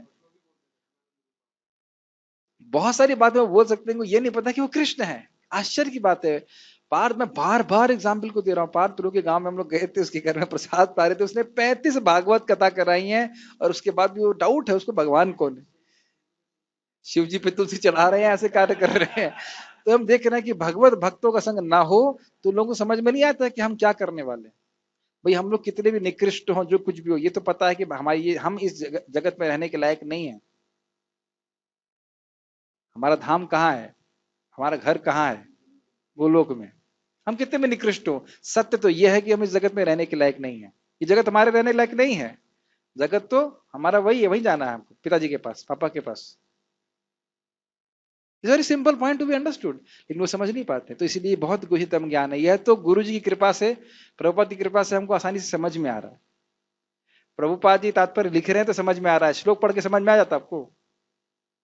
राजविद्या, राजगुह्य, राजगुह्य क्या है? कोई तंत्र मंत्र है ना, क्या है? कुछ तो बोल देते। यस। और जो लोग, बहुत सारे लोग इस प्रकार से राजयोग या राजयोग करते हैं, वो भक्ति नहीं करते हैं, माथे पे तिलक भी नहीं होता। क्या राजयोग समझ में आया? तब समझ में आता है कि भगवान के भक्तों का आश्रय लेकर के कुछ समझ में नहीं आएगा। क्षमा कीजिएगा, आश्रय लिए बिना कुछ समझ में नहीं आएगा। हाँ, पढ़िए। अतः आत्मा के कार्यों को यहाँ पर समस्त ज्ञान का राजा, समस्त ज्ञान का गुह्यतम अंश कहा गया है। यह ज्ञान समस्त कार्यों का शुद्धतम रूप है, जैसा कि वैदिक साहित्य में बताया गया है। पद्म पुराण में मनुष्य के पाप कर्मों का विश्लेषण किया गया अब है। देखिए, टीका से आ रहा है, इसलिए मैं उसको नहीं समझाऊंगा। यस। दिखाया गया है और विश्लेषण किया गया है और दिखाया गया है कि ये पापों के फल हैं। जो लोग सकाम कर्मों में लगे हुए हैं, वे पापपूर्ण कर्मों के विभिन्न रूपों एवं अवस्थाओं में फंसे रहते हैं। समझ में आया? कूटम बीजम, अप्रारब्धम, कूटम बीजम और प्रारब्ध, इस प्रकार से। यस। उदाहरणार्थ, जब बीज बोया रहता है जाता है तो तुरंत वृक्ष नहीं तैयार हो जाता। इसमें कुछ समय लगता है। पहले एक छोटा सा अंकुर रहता है, फिर यह वृक्ष का रूप धारण करता है। तब इसमें फूल आते हैं, फल लगते हैं, और तब बीज बोने वाले व्यक्ति फूल तथा फल का उपभोग कर सकते हैं। समझ में आ गया? बीज रूप में डाला, कूट और प्रारब्ध, इस प्रकार से अलग अलग अवस्थाएं हैं, और आगे जा जो व्यक्ति उसका फल भोग रहा है। जैसी क्या करेंगे, नीम जैसी करनी वैसा फल तो है ये। एक और बोलते हैं कि जैसा बीज बोगे, क्या है श्लोक, बोया पोड़ बिबुल का तो आम कहां से आए, है ना, ये बात है।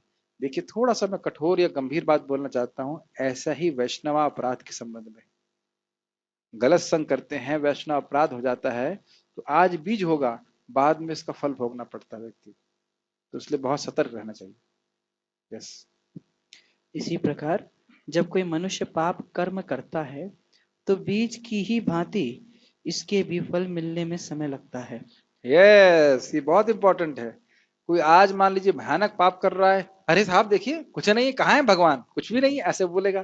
बेटा रुक जाओ, भगवान की लाठी चलती है लेकिन आवाज नहीं आती, सुने है ना। समय कालांतर में उसका फल प्राप्त होता है। उसी प्रकार से आज आप जप कर रहे हैं, भगवान को प्रणाम कर रहे हैं, कह रहे कुछ नहीं हो रहा, कुछ नहीं हो रहा, फिर देखेंगे ये चार लोग कौन है, ये तो बड़े सुंदर लग रहे हैं, अरे बहुत सुंदर लग रहे हैं, अरे मैं ये अलग कैसे लग रहा हूँ, मेरा सिर कैसे परिवर्तित हो रहा है, और मुझे कहाँ लेके जा रहे हैं। समझ रहे हैं मैं क्या कह रहा हूँ? आप आज भक्ति कर रहे हो, और जब मरोगे तो मालूम चलेगा, अरे ये क्या वैकुंठ से विमान आ गया, तो बहुत बढ़िया चीज थी, मुझे तो अन्य लोगों को बताना चाहिए था। यस। अजामिल के संग हुआ ना, अजामिल जैसा रिकॉर्ड तो यहाँ पे किसी का नहीं ना। जब अजाम गोलोक से भी आ सकता है, अब गोलोक से कैसे आता मुझे पता नहीं।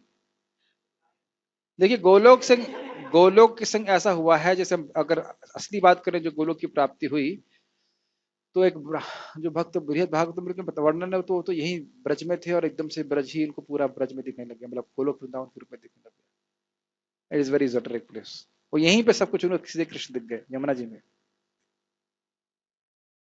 तो बड़े अद्भुत स्थान में।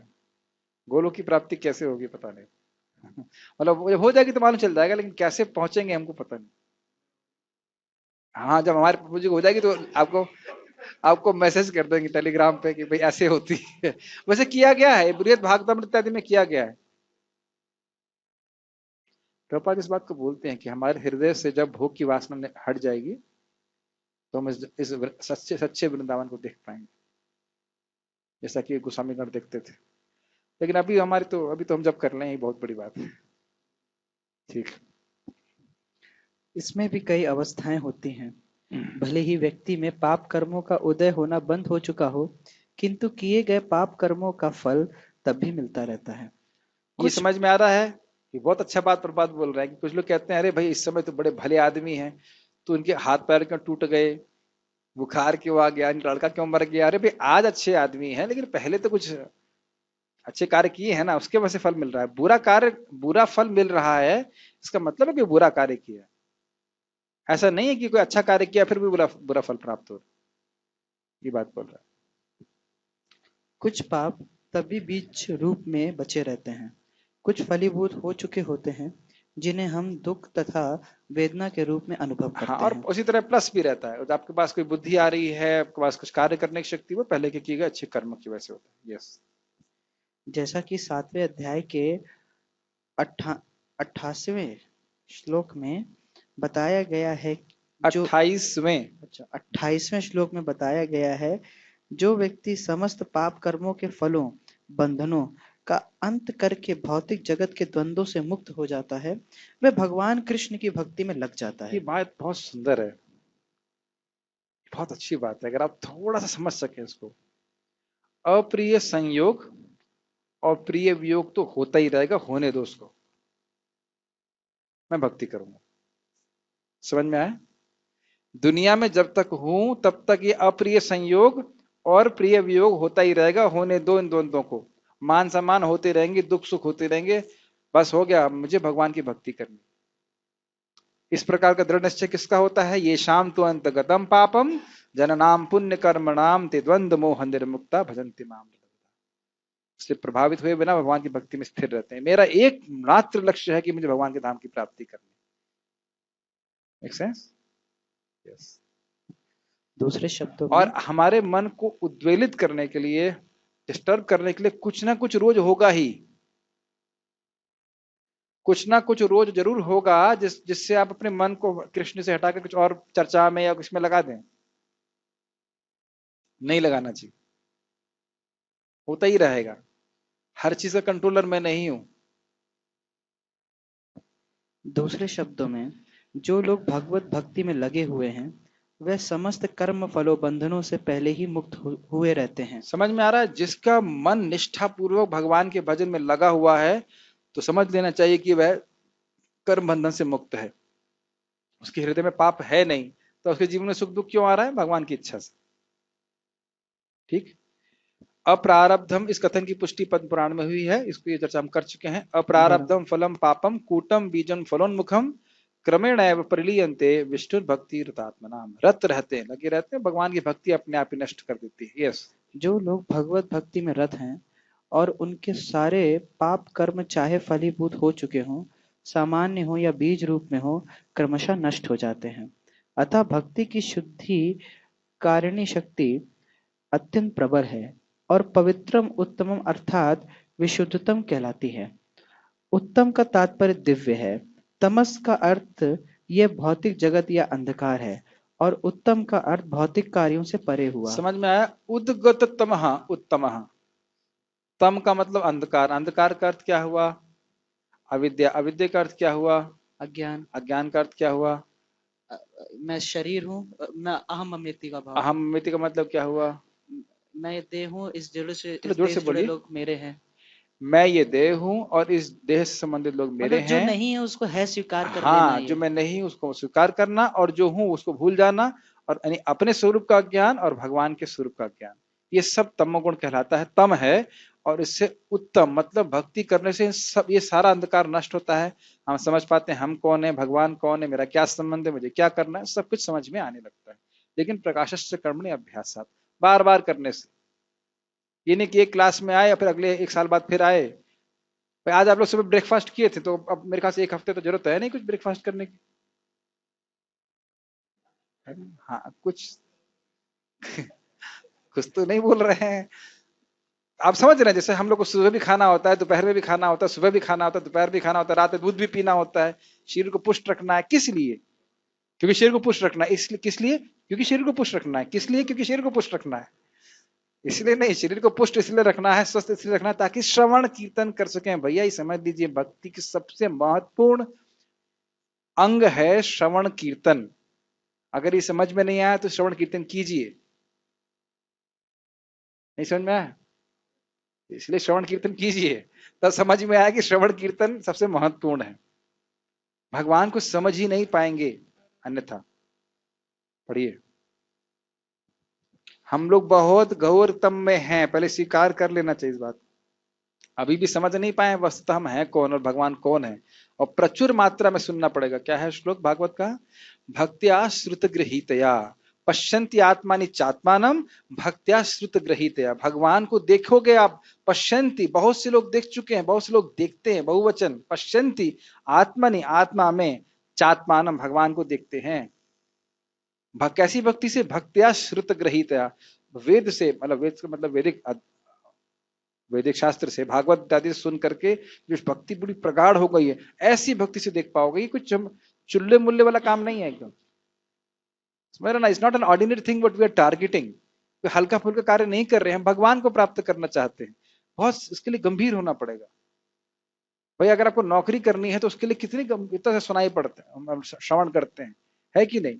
ये सुनते हैं ऐसे टांग पटांग लगा लिया, हाँ हाँ गुरु जी बोलिए बोलिए, हम यहाँ पॉपकॉर्न खाएंगे, बोली बोली, ऐसा तो नहीं होता है। नौकरी प्राप्त करने के लिए कितना गंभीरता से सुनते हैं, और भगवत प्राप्ति करने के लिए बिना सुने हो जाएगा, तो आप अंधकार में हैं। आपका मतलब वो व्यक्ति जो सोच रहा है। पढ़िए।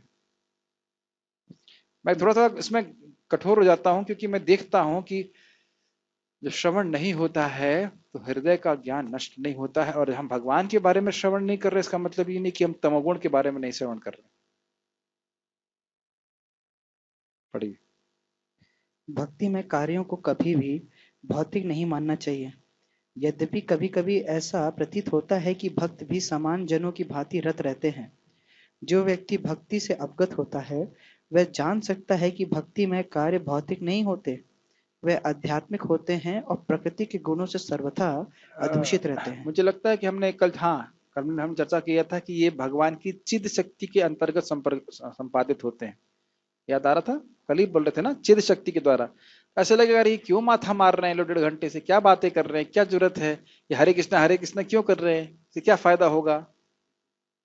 तो ये हम भगवान की चित शक्ति के संपर्क में आते हैं, इस स्वरूप शक्ति के संपर्क में आ रहे हैं, भगवान की देवी शक्ति के संपर्क में आएंगे, तो इसलिए सब कार्य करना चाहिए। प्रकृति के गुणों के द्वारा दूषित नहीं होता। इस सबको आप इस अध्याय में और समझोगे, इसको बड़े मनोयोग से सीखना चाहिए। यस, कहा जाता है कि भक्ति की संपन्नता इतनी पूर्ण होती है कि उसके फलों का प्रत्यक्ष अनुभव किया जा सकता है। जैसे जब आप खाना खा लेते हैं तो सामने वाला सर्वर बताता है कि भाई आपका पेट भर गया है, हमें स्वयं अनुभव होता है।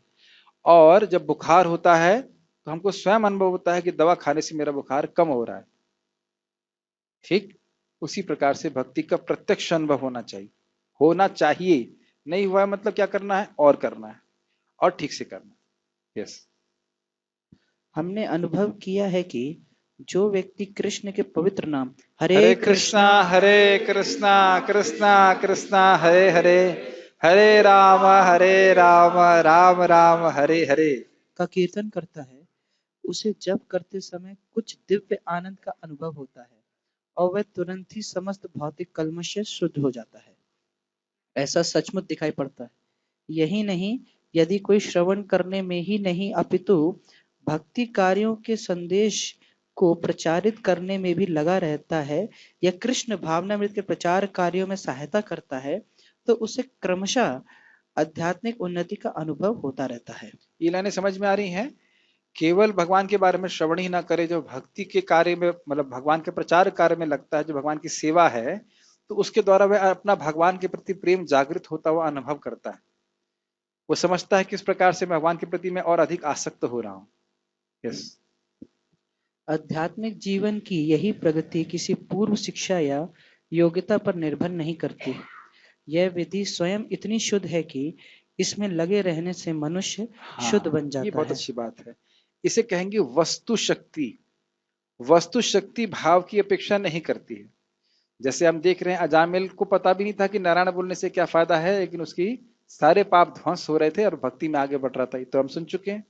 उसी प्रकार से केवल भक्ति में प्रवृत्त होने मात्र से, भगवान का प्रसाद खाए, नाम जप करे, भगवान के भक्तों का संग करे, तो अपने आप उसको भक्ति की बातें समझ में आने लगती है। ऐसा नहीं है कि कोई व्यक्ति अगर भौतिक रूप से बहुत योग्य होगा तो उसे भगवान की बात समझ में आएगी। ऐसा बिल्कुल नहीं होता है। ऐसा बिल्कुल नहीं होता है। हमने यहाँ पे देखा है कि हम लोग प्रीचिंग करने जाते हैं एक जगह, तो वहाँ एक डॉक्टर आते थे। वो आना इसलिए बंद कर दिए क्योंकि उन्हें कुछ समझ में नहीं आता था क्या हो रहा बोल रहे हैं। और एक मतलब माता जी है, वो नर्स है, तो नर्स की योग्यता डॉक्टर से अधिक होती है ना। नर्स की योग्यता कम होती है, लेकिन वो इतनी तेज हैं, मैं बहुत खुश होता हूँ उनका गुणगान करके, कि मैंने चक्रवर्ती पाद की टीका से 5 पॉइंट बोले थे एक हफ्ते में कि ब्रह्मा जी क्या नहीं समझ पा रहे हैं कृष्ण के बारे में। अगले हफ्ते पूछा तो धड़ धड़ धड़ धड़ धड़ धड़ 1 2 3 4 5, ये नहीं समझ पा रहे, ये नहीं समझ पा रहे, ये नहीं समझ पा रहे, ये नहीं समझ पा रहे, ये नहीं समझ पा रहे। क्यों? क्योंकि एक जगह बैठ के 16 माला करती माता जी, बिना सो एकदम एक जगह बैठ। तो व्यक्ति जब नाम जप करता है तो उसकी बुद्धि शुद्ध होती है, शुद्ध जीवन जीता है, तब वह भगवान को समझ पाता है। समझ रहे हैं मेरी बात? यही गीता भागवत में आईआईटी में पढ़ता था, मुझे पता था इफेक्ट क्या होता था उसका।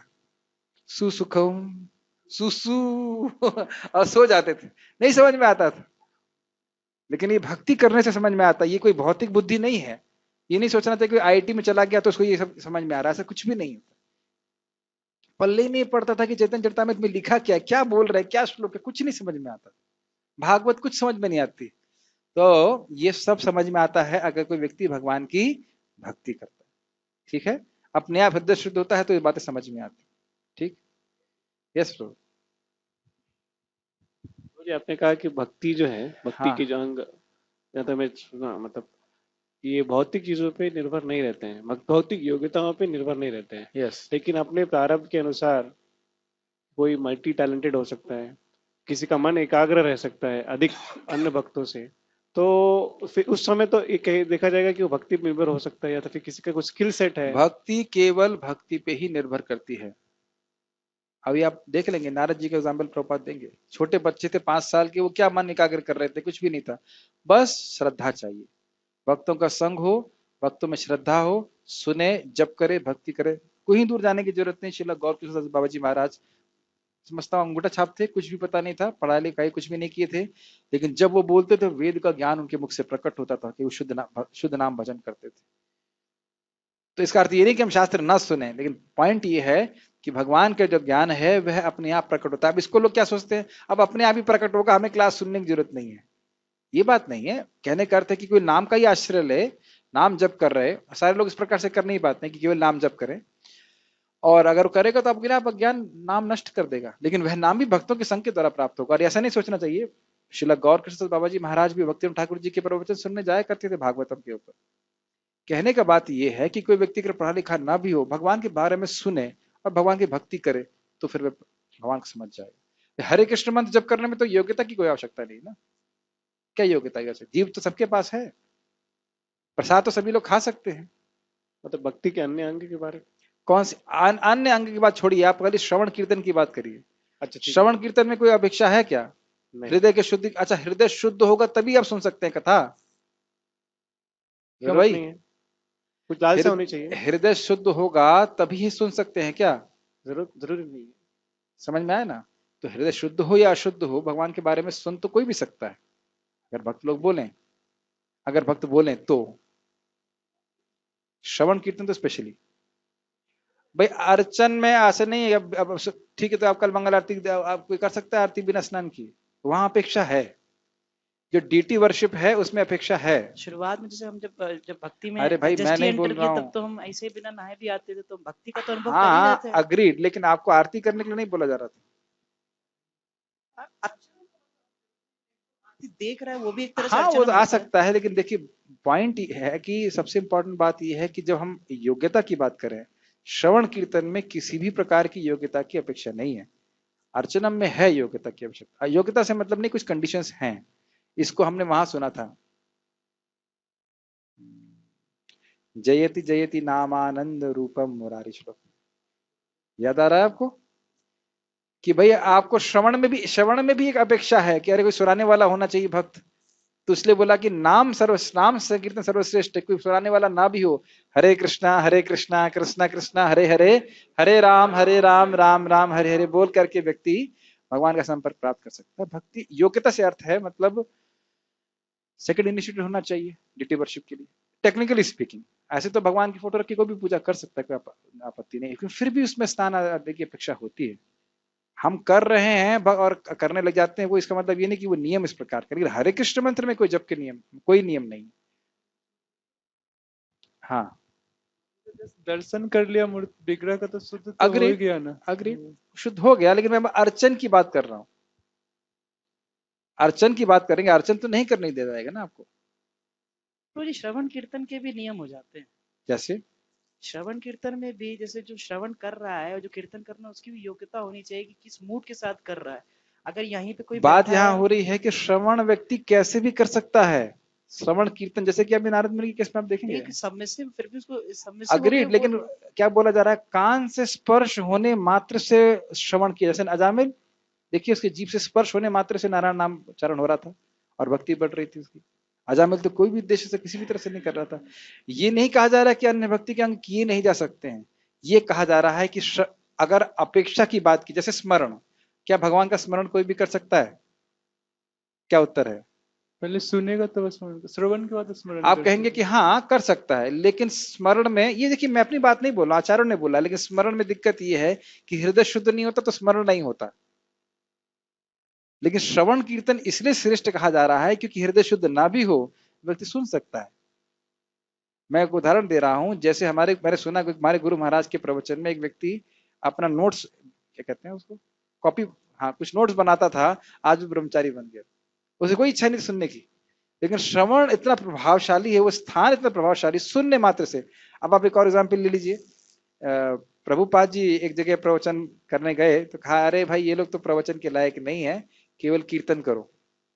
मतलब उतने ज्यादा वो लोग धुत थे शर्म शर्म में। और उस ग्रुप केवल कीर्तन किया गया, प्रसाद बांटा गया, और उस ग्रुप से कदम कानन महाराज आ गए। खुद बताए वो, एम्स्टर्डम की बात है। आपने भी एक बार एक उदाहरण दिया था कि जैसे एक व्यक्ति कुछ भोग करने जा रहा था, उसने नरसिंह मंदिर साफ कर दिया था। अग्रीड। मैं यही बोल रहा हूँ कि भगवान तो कृपा कर लेते हैं, लेकिन सारे जो जो सारे क्या कहते हैं बात अगर करी जाए सारे साधनों में, श्रवण कीर्तन में किसी भी प्रकार की अपेक्षा नहीं है, कोई भी अपेक्षा नहीं। आपकी बात है वो बिल्कुल सही है, और इसको भी आप श्रवण के द्वारा ही समझ रहे हैं। लेकिन पॉइंट ये है कि श्रवण कीर्तन में किसी भी प्रकार की अपेक्षा नहीं है, ये बात बोली जा रही। बिना सुने कोई व्यक्ति भक्ति कभी नहीं कर सकता है, और रियली भक्ति नहीं कर सकता। भगवान की कृपा से कभी कोई आकर के मंदिर में आ जाए तो ठीक है, लेकिन हम देख रहे हैं कि सच्चे रूप से भगवान की भक्ति बिना श्रवण के नहीं कर सकते। पॉइंट यहाँ पे बात ये बोल रही है कि ये पॉइंट हम एक्चुअली ये नहीं कि कौन सी विधि क्या शुद्ध करती है, पॉइंट ये है कि इसमें कोई भौतिक योग्यता की आवश्यकता नहीं। अगर आपकी बात का समर्थन किया जाए तो सही बात है, मंदिर में आने के लिए क्या योग्यता की आवश्यकता है? टांगे होनी चाहिए, और क्या आवश्यकता है? टांगे मतलब टांग सहित आ जाएगा, टांग के लिए आया तो टांगों सहित आ जाओ, आप आ जाओ, भगवान का दर्शन करोगे, मुक्त हो जाएगा। ये ऐसे भी उदाहरण है भाई। देखिए भगवान किस प्रकार से किसी को मुक्त कर दें, कोई लिमिट, कोई इसके लिए आप बांध तो नहीं सकते। अब अंदर आएगा, वैष्णव का दर्शन होगा, या कुछ कैसे किसी को कृपा प्राप्त हो जाए। पॉइंट ये है इसमें कि भक्ति का कोई भी अंग जीव को पूरी तरह शुद्ध करने में समर्थ है। जीव की जो अशुद्धता है, अविद्या, उस कारण से वो अपने को नहीं समझ रहा और भगवान को नहीं समझ रहा, ये क्लियर होना चाहिए। और उसको भगवान की भक्ति का कोई भी अंग शुद्ध कर सकता है, और इसके लिए उसको कोई भौतिक योग्यता की जरूरत है, ये बात बोली जा रही है। फिर भी अर्चन इत्यादि में अगर वाकई अर्चन करने की बात आ जाए तो उसमें अपेक्षा है। श्रवण करेंगे तो उसमें भी अपेक्षा है, क्या कुछ शुद्ध वैष्णव चाहिए जो को भगवान के बारे में बताए। लेकिन कीर्तन में कोई अपेक्षा नहीं, जब तो व्यक्ति कभी भी कहीं भी कैसे भी कर सकता है। अपेक्षा की दृष्टि से बोला जा रहा है, बाकी सभी सारे जो अंग हैं वो प्रबल शक्तिशाली है। ठीक है, हमारे पास 15 मिनट और है तो हम लोग पढ़ लेते हैं, उसके बाद फिर देखेंगे।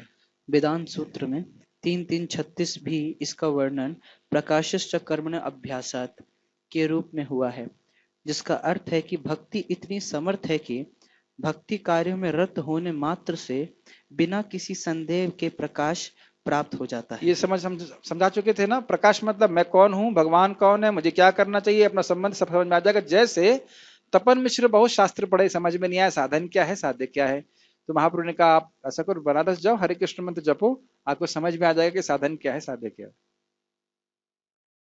ठीक। इसका उदाहरण नारद जी के पूर्व जन्म में देखा जाता है, देखा जा सकता है, जो पहले दासी के पुत्र थे। वे ना तो शिक्षित थे, ना ही राजकुल में उत्पन्न हुए थे, किंतु जब उनकी माता भक्तों की सेवा करती रहती थी, नारद भी सेवा करते थे, और कभी कभी माता की अनुपस्थिति में भक्तों की सेवा करते रहते थे।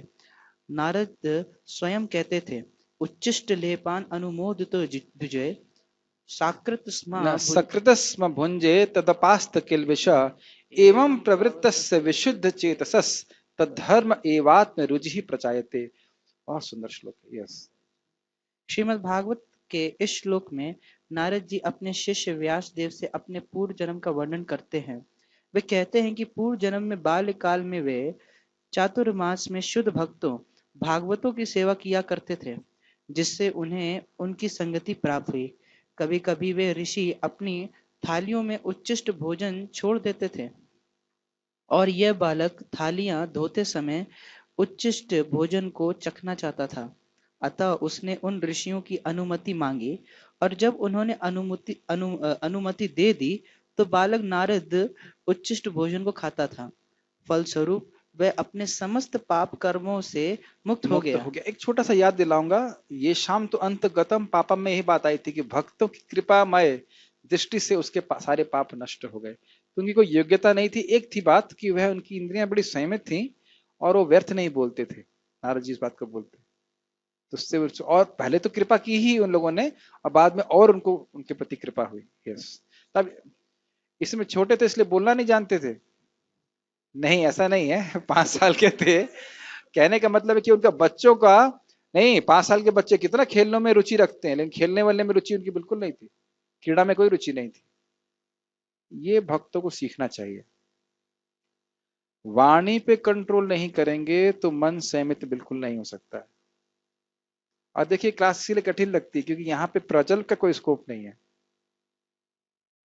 इसीलिए तकलीफ होती है। अभी मैं अगर छोड़ दूं लोगों को तो जरूरी है नहीं है कि आप लोग कृष्ण कथा ही करेंगे और 11 बजे तक भी बात कर सकते हैं, तब कोई कठिनाई नहीं होगी और सीधे बैठ के एकदम पद्मासन में बैठ के बात कर सकते हैं, प्रज्वल पे कोई कठिनाई नहीं है। लेकिन जब प्रवचन होता है तो लगता है ये बड़ा लंबा प्रवचन हो रहा है, क्या बात है, क्योंकि व्याख्या बहुत ज्यादा हो रही है।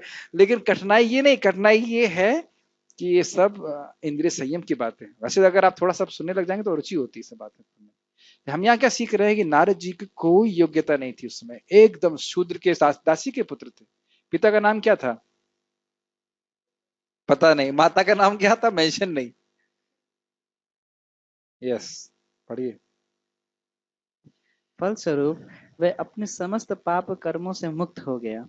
जो जो वह उच्चिष्ट खाता रहा, त्यों त्यों वह ऋषियों के समान शुद्ध हृदय बनता हाँ, गया। एक बात और सीखनी है, भगवान का प्रसाद, भक्तों का प्रसाद तो हमेशा नहीं मिलता है, लेकिन भगवान का प्रसाद ग्रहण करने से सारे जब के हृदय शुद्ध शुद्ध होगा तो भगवान की बातें समझ में आएंगी। सेवोन्मुख है जीवादाऊ, शुरुआत में जीव से शुरू होती है सेवा, नामोच्चारण और प्रसाद ग्रहण, तब भगवान की बात समझ में आती है। यस, चूंकि वे महाभागवत भगवान की भक्ति का आस्वाद श्रवण तथा कीर्तन द्वारा करते थे, अतः नारद ने भी क्रमशः वैसी रुचि विकसित कर ली। समझ में आया? उनकी उनकी वृत्ति उनको बड़ी अच्छी लगने लगी। अरे तो हमेशा कथा कीर्तन में लगे थे, मुझे भी ऐसा बनना है। तो कैसे हुआ? उनका उच्चिष्ट खा के, उनका संग प्राप्त करके। और भोगी लोग कितने सुखी होते हैं, यह भी हम कैसे प्राप्त करते हैं? उन्हीं के संग रह करके, खा पी करके साथ में। तो हमको लगा रहे तो बड़े सफल आदमी हैं, हमको भी ऐसा बनना। यस, तत्रान्वहं कृष्ण कथा प्रगायतामनुग्रहेणा शृण्वं मनोहरा ता श्रद्धया मेऽनुपदं विशृण्वतः प्रिया श्रवस्यंग ममा भवद रुचिः। मेरी बहुत इच्छा होती है कि इस प्रसंग को लॉकडाउन के नेक्स्ट बैच में, अगर लॉकडाउन पर 3 मई के बाद हुआ तो वे नारद जी की शिक्षाओं को हम लेंगे। देखिए श्लोक बहुत महत्वपूर्ण, उनकी व्याख्या ज्यादा नहीं कर रहे भी हम, लेकिन साइंस में पढ़ लेना चाहिए। यस, ऋषियों की संगति करने से नारद में भी भगवान की महिमा के श्रवण तथा कीर्तन की रुचि उत्पन्न हुई और उन्होंने भक्ति की तीव्र इच्छा विकसित की।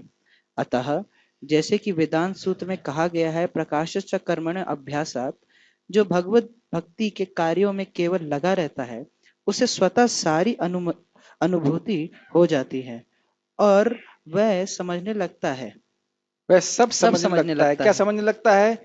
किस प्रकार से भोग जो है वो दुख दे रहे हैं, किस प्रकार से जगत दुख का घर है, भगवान का धाम ऐसा ही शाश्वत है जैसे चंद्रमा और सूर्य, मुझे वहां जाना है। लेकिन दुनिया की बात सुनते रहेंगे तो फिर नहीं चलेगा, भक्तों के संग में रहेंगे तो समझ में आएगा। तो प्रभुपाद जी ने बड़े उदाहरण, बहुत स्पष्ट है प्रभुपाद जी का तात्पर्य, किस प्रकार भक्ति के कार्य में प्रवृत्त होने मात्र से सारा ज्ञान नष्ट हो गया। यस, इसी का नाम प्रत्यक्ष अनुभूति है। प्रत्यक्ष अनुभूति मतलब अच्छा लग रहा है, भक्ति अच्छी लग रही है, भक्ति करना है, फर्स्ट क्लास।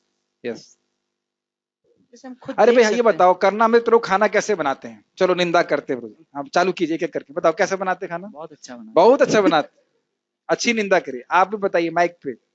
तो आप सब लोग को प्रत्यक्ष अनुभूति, पहले आपने खाली श्रुति सुख था, सुनना था कि हाँ अच्छा बनाते हैं, लेकिन आप जब प्रसाद खाना चालू किया, आप किसी को बताने की जरूरत नहीं कि कैसा बनाते, बहुत अच्छा बनता है। तो केवल अब इसमें कोई योग्यता है भाई, आपके कितने नंबर आए उससे फर्क पड़ता है कि आप टेस्ट कर पाओ प्रभु जी कैसे इडली बनाते, अच्छा बनाते हैं। कोई योग्यता की जरूरत है? किसी ग्वाले को भी खिलाएंगे तो भी हाँ बहुत बहुत अच्छा बना है, यही बात बोल।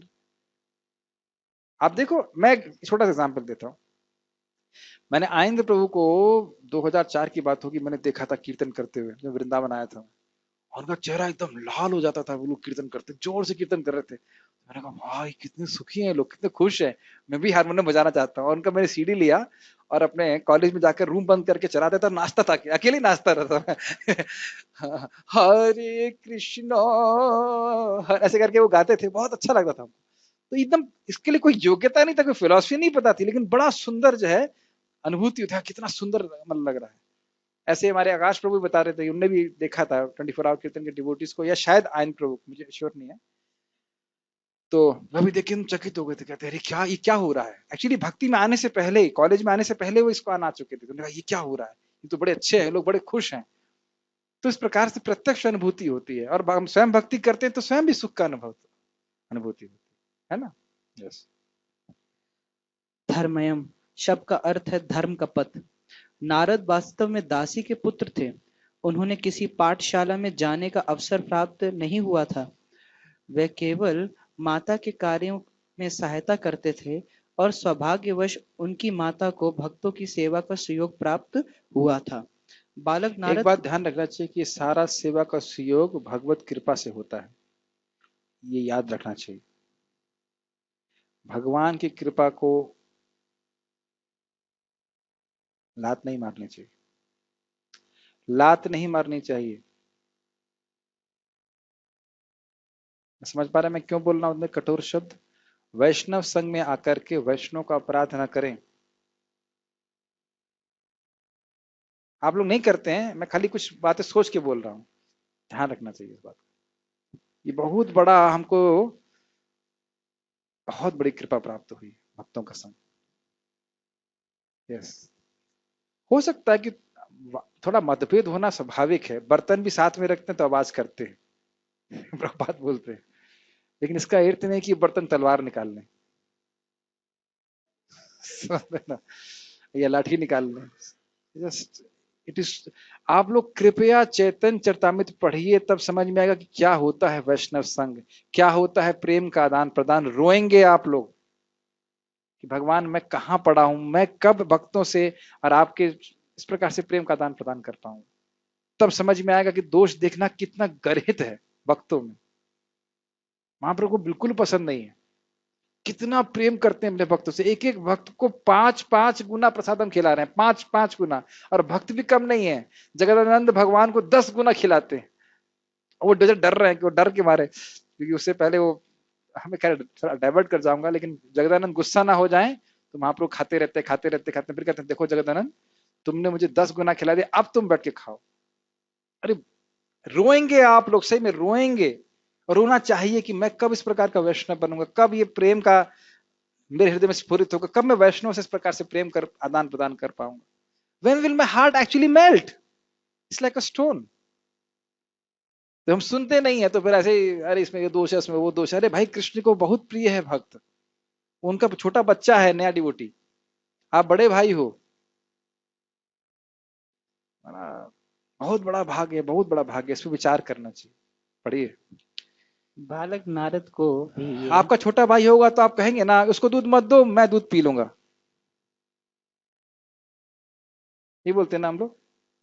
नहीं अरे छोटा बच्चा है, इसको थोड़ा पोषण की अधिक जरूरत है, वो दूध पी ले, मैं पानी पी के भी रह जाऊंगा। इस प्रकार का प्रेम अगर हम न्यू डिवोटीज को दे सके तो कितना वो आकर्षित होंगे। पढ़िए। बालक नारद को भी यह सुअवसर उपलब्ध हो सका कि वे भक्तों की संगति करने से ही समस्त धर्म के परम लक्ष्य को प्राप्त हो सके। हाँ, अब जब उसमें बड़ी सुंदर कथा आती है, जब वो जा रहे होते हैं चतुर्मास के बाद, तब वह शुद्ध भक्ति के पथ को स्पेशली नारद जी को बोलते हैं, चक्रवर्ती पाठ समझाते हैं इस बात से। एकदम शुद्ध भक्ति क्या है, कैसे भगवान को आप समझ सकते हो, उसका वर्णन करते हैं उनका स्वभाव देख करके। यस। यह लक्ष्य है भक्ति, जैसा कि श्रीमद् भागवत में कहा गया है, सवै पुंसाम परो धर्मो यथो भक्तिर अधोक्षजे। सामान्यतः धार्मिक व्यक्ति यह नहीं जानते कि धर्म का परम लक्ष्य भक्ति की प्राप्ति है। जैसा कि हम पहले ही 8वें अध्याय के अंतिम श्लोक की व्याख्या करते हुए कह चुके हैं, वेदेषु यज्ञेषु तपस्सु चैव। सामान्यतया आत्म साक्षात्कार के लिए वैदिक ज्ञान आवश्यक है, किंतु यहाँ पर नारद ना तो किसी गुरु के पास पाठशाला में गए थे, ना ही उन्हें वैदिक नियमों की शिक्षा मिली थी, तो भी उन्हें वैदिक अध्ययन के सर्वोच्च फल प्राप्त हो सके। क्या फल? भगवान की भक्ति। यस। यह विधि इतनी सशक्त है कि धार्मिक कृत्य किए बिना भी मनुष्य सिद्धि पद को प्राप्त होता है। मतलब सारे नियम पालन ना भी करे धर्म के, भक्ति ही कर रहा है तो वो सिद्ध हो जाएगा। यस। वर्णाश्रम की बात है। वर्णाश्रम के सारे नियम ना भी पालन कर सके और छोड़ भी दे तो भी भक्ति करके पार हो जाएगा। यस। यह कैसे संभव होता है? इसकी भी पुष्टि वैदिक साहित्य में मिलती है। आचार्यवान पुरुषो वेदः। अभी सुना था ना टीका में, जो आचार्यवान है मतलब जो आचार्य परंपरा में ज्ञान स्वीकार कर रहा है, वो समझ में आ जाता है कि भगवान की प्राप्ति कैसे करनी है। महान आचार्यों के संसर्ग में रहकर मनुष्य आत्म साक्षात्कार के लिए आवश्यक समस्त ज्ञान से अवगत हो जाता है, भले ही वह अशिक्षित हो या उसने वेदों का अध्ययन ना किया यही हो। बात मैं बोल रहा था। ठीक। एक छोटा सा कहानी, श्रीला भक्ति सिंह ठाकुर जी ने अपने एक शिष्य को जो कि माली था, उसका टेस्ट लिया आधे घंटे के लिए। और सोचिए श्रीला भक्ति सिंह ठाकुर जी आपका टेस्ट लें आधे घंटे के लिए, और सारे प्रश्नों का उत्तर उसने सही दिया, क्योंकि ऑब्वियसली सुनता था और सेवा करता था। फिर उन्हें बोला सेवोन मुके ही जीवदो सेव स्मृत था। भगवान की सेवा करो, भगवान के बारे में सुनो, ना पढ़ा लिखा हो लेकिन सुने, तो फिर वह ठीक ठीक ज्ञान हो जाएगा उसको। यस।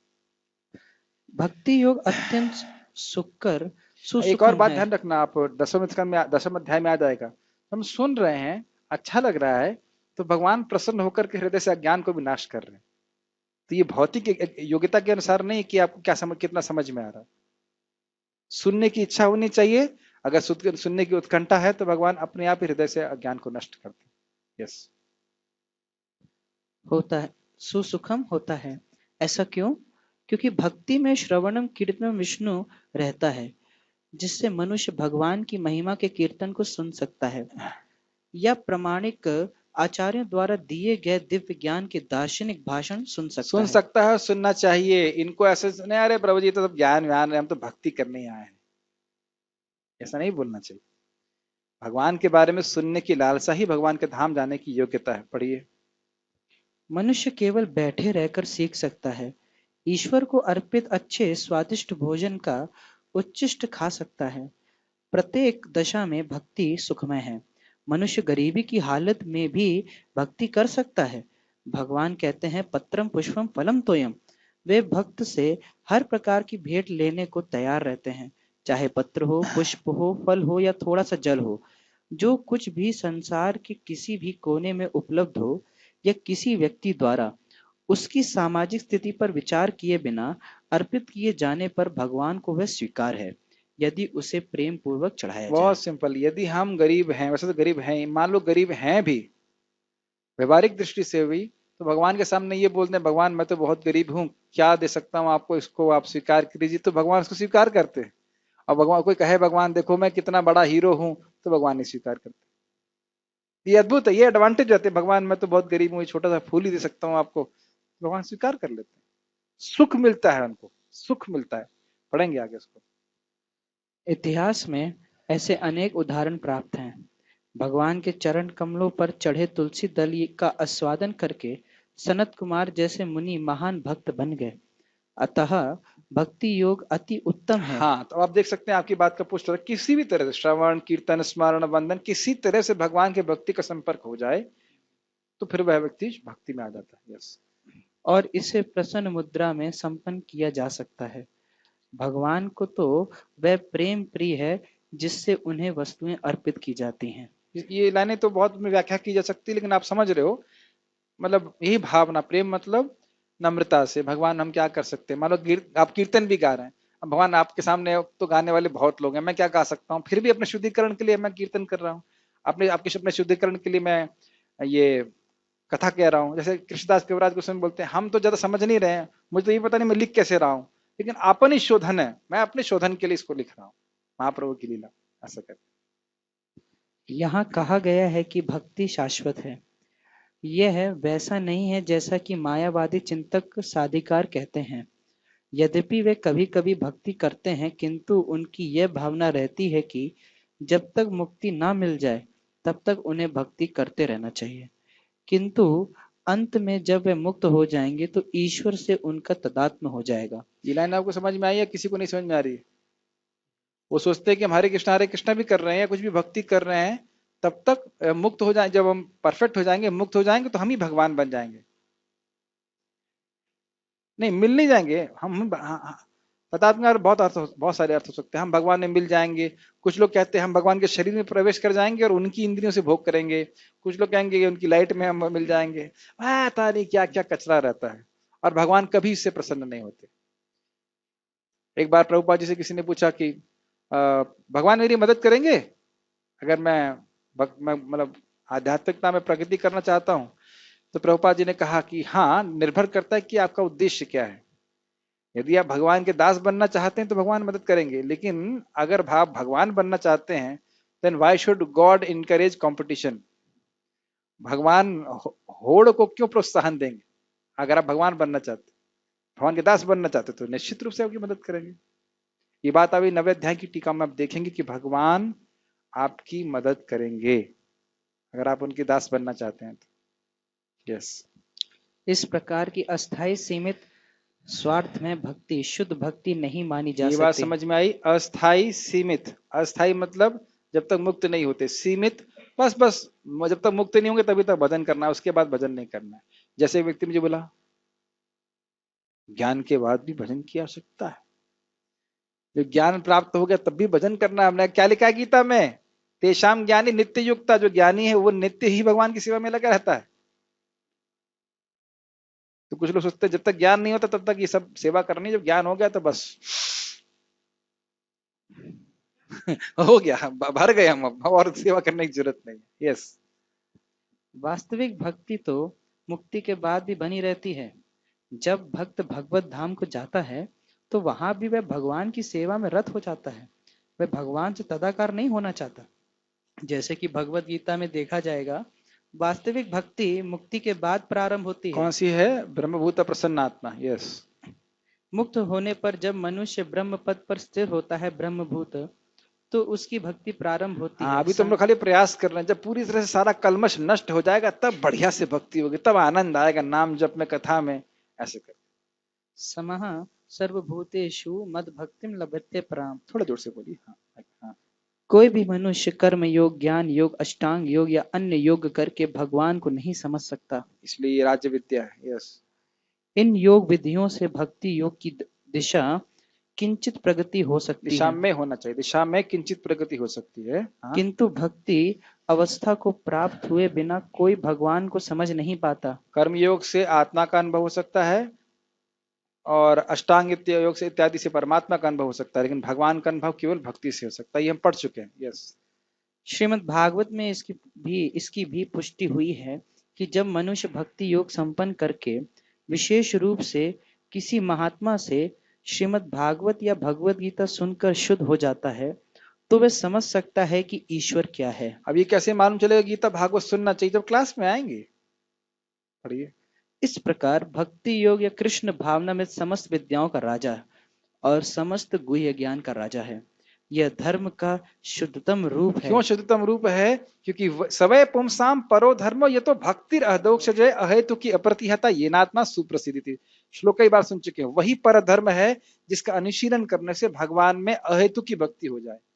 ये सर्वश्रेष्ठ धर्म है। तो उसी को न, सर्वश्रेष्ठ नहीं, यही पर धर्म है, यही आध्यात्मिक धर्म है। बाकी सारे जो है वो अपर धर्म है। तो इसलिए बोल रहे हैं धर्म का शुद्धतम स्वरूप है। यस, और इसे बिना कठिनाई के सुख पूर्वक संपन्न किया जा सकता है। कभी कभी क्लास लंबी ना हो तो अभी आप लोग के सुख के लिए एक लाइन बची है, अतः मनुष्य को चाहिए कि इसे ग्रहण करें। किसे ग्रहण करें? भक्ति। इतना समझ में आ गया? ठीक है, मुझे पता है कोई प्रश्न नहीं करेगा क्योंकि बहुत समय हो गया। हरे कृष्णा। श्रील प्रभुपाद की जय। भगवद गीता की जय।